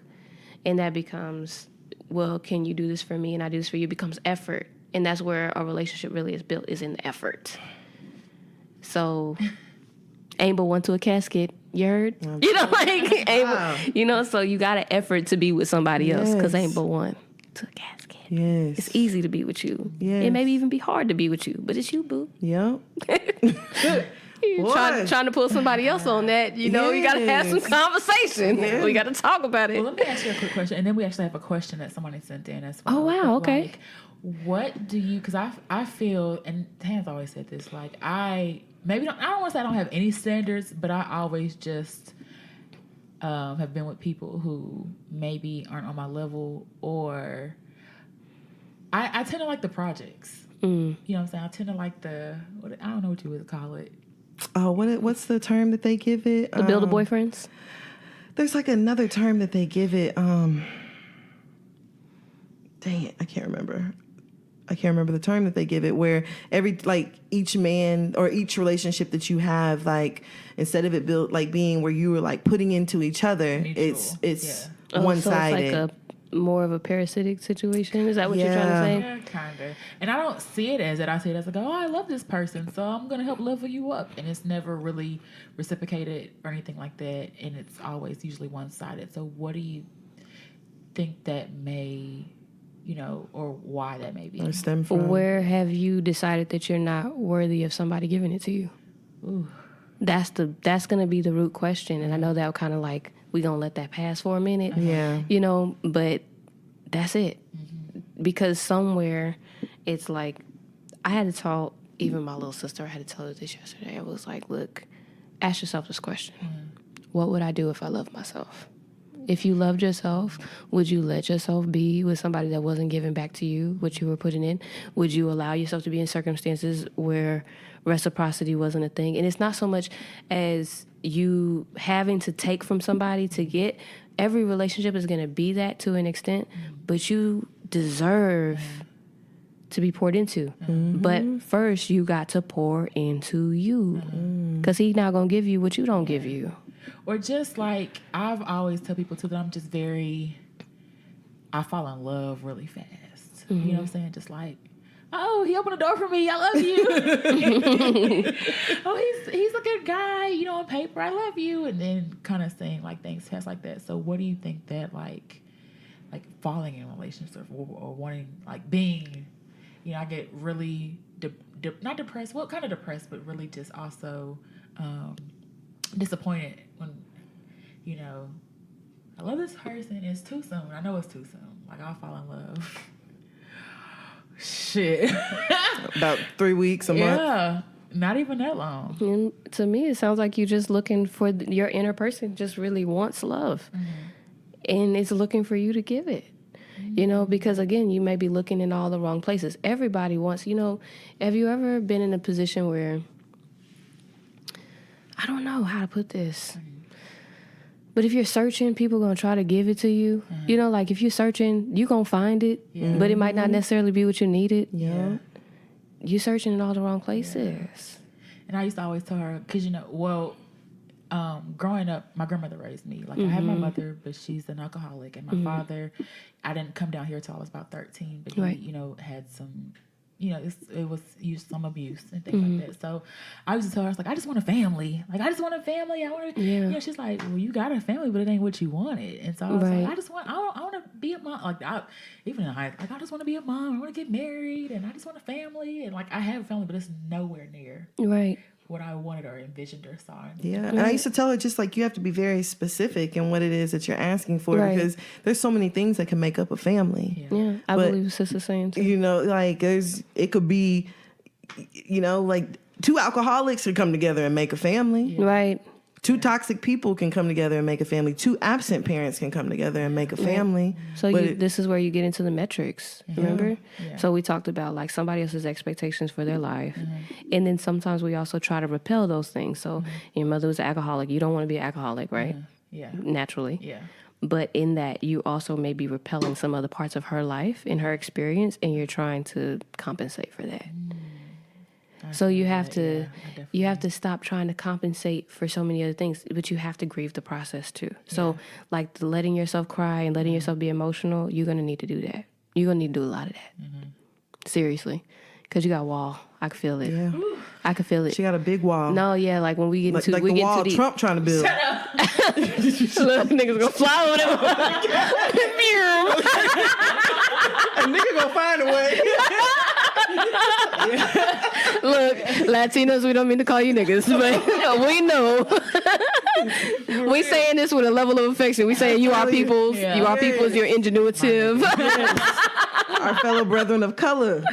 Oh my gosh, we're doing too much. But yeah, you know, like, you're going to have to get to a place where you feel comfortable enough to examine those things, because all of what you've created right now has been based off of... Let me give you a hug. I know. My hands are... Thank you.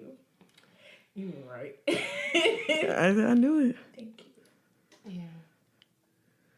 You know, like, all of those experiences are just based on thought systems and, like, just things that you just didn't know was there. Yeah. And you got to forgive yourself for that, too. Yeah. Mm-hmm. You know, like, we just grow up, you know, and we just figure out how to survive. That's it. And based on those survival needs, those became your metrics. Yeah. So you got to get out of survival mode and start getting into I want to thrive mode. Yes. And, like, if I didn't have to survive, and maybe that'll be a question you can ask yourself. Sit down with a journal and be like, you know, if I didn't have to just survive, and if I can do more than survive, what would I do? Yeah. Then you create some standards off of that. I don't think I've ever asked that, because that's why I'm watching these damn dogs. She's been in survival, and I've told her that before. Like, you know, We like, all are. survival mode since the beginning. Yeah. And it's like, you got to have some That's root times. chakra work. And it's always like, okay. And I'm not wealthy by any means, but I'm okay. But I'm always like, it's stuff that I get as gifts. You know what I'm saying? I'll keep a gift card. Like, I had a $100 gift card for my baby shower. When I was 3 years old. But I was like, I may need that. I don't know what I'm gonna go through. But have you ever gone without? Like, when you just really think back on it, stuff always comes through one way or another. Yeah. It's gotta trust. You gotta trust. Mm-hmm. It takes time. And it's gonna take you really getting through these blocks, because these blockages, they create a lot of different things. I'm getting a lot right now. So whatever it is, just say I don't mind, for real. You're holding on to it in many different ways. And I don't know how to... Oh, I feel like I'm like... You already know. And the thing is, you know, and you waiting on somebody to break you free from a cage, but you are the savior you've been waiting for. Ain't nobody gonna save you. Yeah. They not coming. And that's something that I had to tell myself, and it hurts so bad. Oh, it hurts when you just said it. Like, It hurts ain't nobody so- coming? Yeah. Hold my hand. Hold my hand. They not coming. But the thing is, when you get to that place and you can accept that damn person, savior, abusive parent, they're not coming. Now, what you gonna do? You don't have to sit here and keep trying to make up in this world that it's gonna come. You start to create the life that you really deserve, because you're not living in this fantasy fairy tale anymore. Yeah. You didn't got real with yourself. You didn't got clear with yourself. You didn't accepted these things, and now you've determined strengths, weaknesses, objectives. We finna go forward, and we're gonna set up a plan for this. And we're going to activate it piece by piece. And I'm going to be patient with myself, piece by piece, as I'm activating this. Because I know this is new to me, but it's new to everybody else that's living out here. Ain't nobody else no better, no greater than you. I say all the time, we all are out here just trying to figure this shit out. Everybody's out here trying to figure this shit out. Anybody that finesse and act like they got it all figured out, they're the main ones. hunty. And I done had the best of some of the best of them in my other side of the phone chair. Everybody trying to figure this out. So you just got to be patient with yourself, you know, and take the time. Take the time, because when you have all that absenteeism in your life, you are now choosing to be absent with yourself. Do you see that? Yes.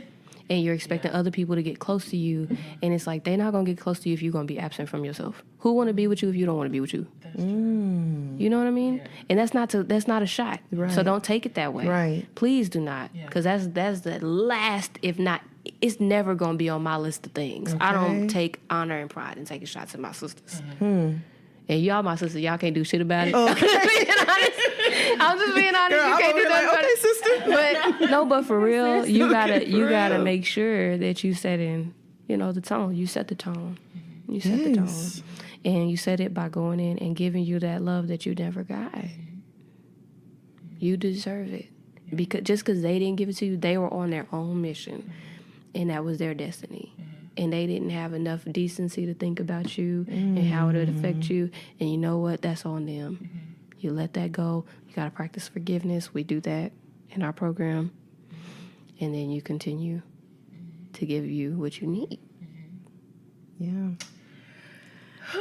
Someone had told me a long time ago, because I told them, like, you know, I have a tendency to be, like, kind of critical of myself. And so they told me a long time ago, they're like, Tana, you have got to be kind to yourself. Like, you know, nobody speaks to you more throughout the day than you. Yeah. So you just have to practice, like, be intentional about, like, okay, you know what? I be at work sometimes, like, you don't know how to do this shit. And I have to, like, really tell myself, like, no. Like, I'm here. Right. I've been here. I'm going to be here tomorrow. I'm going to be here next week. And I'm not here for no reason. Right. You know, like, just, I have to remind myself of my place. Like, What's on your mama? I realized, you are your mother's daughter. I've realized I just done picked up a lot of my mama. That's good. It's got its points. We give thanks for the good pieces. Okay, we gonna work on the one that need work. Amen. I have to like actually remind myself, like, you have to be kind to yourself. Yeah. Lettucey has that song, Be Good to Yourself. Oh, that's a good song. Y'all need to play that. When we leave, you need to play that. Whole way home. Okay, so let me just get into the question that we did get. For those who can't maybe afford therapy or afford spiritual life coaching, what do you recommend to help move past childhood trauma? Like, what are some signs or types of bad coping methods and mechanisms? First off, I will say that when you're talking about affording things, that's a program. And did you look up how much things cost first? Did you take all the things that you could do to get the resources? Did you contact me? Because then you never know what can work out for you, first and foremost. Because I feel in the way that I was taught in my program is we serve regardless to where you are in your financial situation. Everybody can afford it. I was on food stamps and affording my certification. My certification was $8,000. That's because they will work with you wherever you are, and so will I. Because I believe that you need this. If you need this and you want this, if you choose to take the steps towards what you want, it will open the way up to you. If you say, you know, they say if you take one step, universe will meet you at 99 more steps. Yep. Take one step. Faith of a mustard seed, they say that too. Yeah. Okay, where your faith at? Come on. Hey guys, quick commercial break. Create Within Me just sent me the promo code where you can get 40% off a sample session package. You'll receive 1 30-minute orientation, 2 one-hour sessions, as well as a 258-page self-mastery book. You can access this opportunity by using promo code HEARYOU19, and I'll be posting the link in the show notes. Back to the show. Come on and ask a question about that. Now, when it comes to doing the work on yourself, what was the rest of that question? I want to make sure I answer it. Question. Yeah. What are some signs or types of bad coping methods and mechanisms? A huge part of me just wants to say, now you know the answer to that question. Yeah. To the person who... A huge part of me wants to say that because here's the thing. If you recognize that it's not serving what you want to create in your life, if you getting drunk every weekend and you're not doing what you need to do in your life, you're not taking care of your kids effectively, you're not paying your rent, you're not doing this, that, and the other, and it's making you feel some type of way, you know that's a bad coping mechanism. You know what I'm saying? Like, listen to yourself, sis. You know, if it's hurting you, you know, it's hurting you, it's hurting other people, it's a bad coping mechanism. Yeah. You know, there are some coping mechanisms that can feel pleasurable, like sex. Yeah. Sometimes, and I've been one to get into that situation, flat out. Yeah, anxiety will have you be like, I need something to comfort me right now. Yeah. That's 1-800 not dick. Hey, about that. No, I'm just kidding. Get you a Bob or something. Right? Yeah. Battery operated boyfriend. Okay. You know, but when you recognize that you're going down that path, you get to a place where you get tired. There's a part of you that's like, okay, I know I shouldn't be doing this. Oh, I know I shouldn't. But when you hear that come in, then you know it's a coping mechanism that you don't need to be doing. Yeah. You know? Sometimes it's not so much what you're doing, but how you're doing it. Like what the intentions are. You know, if you are having sex, that's not a bad thing, you know? But if you are having sex to not feel pain or emotion, if you're doing anything to not feel your emotions, there you go. There go your answer. Yep. If you're doing something to not feel what's real for you, you pretty much taking part in a coping mechanism that isn't serving you, because you need to feel what you need to feel in order to change it. If you don't surface it, you can't fix it. You can't work with it.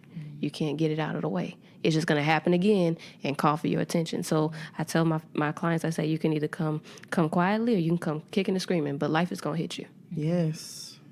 Yeah. It's your choice. Yeah. It's your choice. You get to choose when you want to work, when you want to roll up your sleeves and get dirty. Yeah. That's a fact. Well, I cried. 10 stay strong. Yeah. But I think she knows how I'm really feeling over here. Yeah. But we definitely want to thank you for coming out. Thank you so much. No, I'm really just spending time with us. Yeah. We really appreciate it. And I think I'm probably gonna utilize some services when we get done. Yeah. That's what's up, sis. I mean, support any way I can. You know, if any way I can support y'all, let me know. And I'm vice for that. versa. You know, I appreciate this. We're building like a whole ecosystem over here. Yeah, Like, that's just, right. No, I really appreciate this experience. Like, to have two sisters that have decided to go about just connecting with each other all the time and sharing their ideas on whatever thing. That is sisterhood, whether it's virtual, whether it's person to person. That's a continuation of sisterhood. You know, you just got to give love to that. And then you went an extra mile to make a podcast. Yeah. Like, y'all are bomb. You know what I'm saying? That's what's up. You know, and just keep on doing that. Thank you. Yeah, and thank you so much for having me, because this is the first time I'm on a podcast that's aired. So, this is kind of a big deal First for me. of many. Right? And I'm just thankful. I'm really thankful that y'all take the time to be with me, too, because I'm here. I'm on y'all's time. Thank you so much. Thank you. So, Means a lot. again, for anyone who's trying to reach out to you, how do they get in contact with you? You can visit my website. It's www.createwithinme.com. And just send me a message. You can send a text message, or you can call 682-231-0975. That's my work line, and I'll pick it up. Or I'll call you back. We're gonna hear from you either way. Right, one way or another. Yeah. If you guys have any questions, comments, concerns, want to highlight your products or your services, hit us up at hearyoupodcast@gmail.com. Hear You Podcast on all social media platforms. And you can reach me at @who_breezy, BREEZY on IG. And where can they find you at? You guys can find me on Instagram and Twitter at Tana Taught You. That is TANNAH Taught You. All right. I also have an Instagram. Oh, yeah. I'm still trying to get into this whole social media thing. I know y'all probably seen my social media page doesn't have a whole lot of posts just yet. I'm working on it. Yeah, it's the beginning Everybody of that. Start somewhere. Yeah, so I believe it is at Create Within Me. So, check that out. Show me some love. Send me a message. Encourage me to keep going. I'm a newbie. Keep posting. Where'd you have to post that, girl? Right. Somebody say something. I got to break through that thought right there. I feel you for kind of stepping away from the social media, though. I feel you. Yeah. I'm really feeling that heavy these days. Like, should I just delete the app, or what should I do? I wanted to get out there so that people can see more about what I do, but then I'm like, I usually don't have to tell anybody about my services. They find me somehow. Yeah. And I kind of like that because it's like when you need it, it appears. Yeah. But I guess I should be a little bit more social. Like, hey, how you doing? That's what we do. The world is big. Right? We need you, definitely. Yeah, I need to get out sure. there and connect with some people. And people do need the work and do need a place to express themselves. So that's what I'm here for. I'm thankful for you picking up the tools, Oh, because give thanks. Yeah. it's amazing. Even what I feel today is amazing. Oh, I'm so thankful. It really Thank you is. so much. Yeah. All right, so I guess we're going to go ahead and get up out of here. As always, shout out to everybody. We had fun. And once again, thank you so much for being here. Thank you. All right. Well, we will talk to you guys next week. All right. Peace.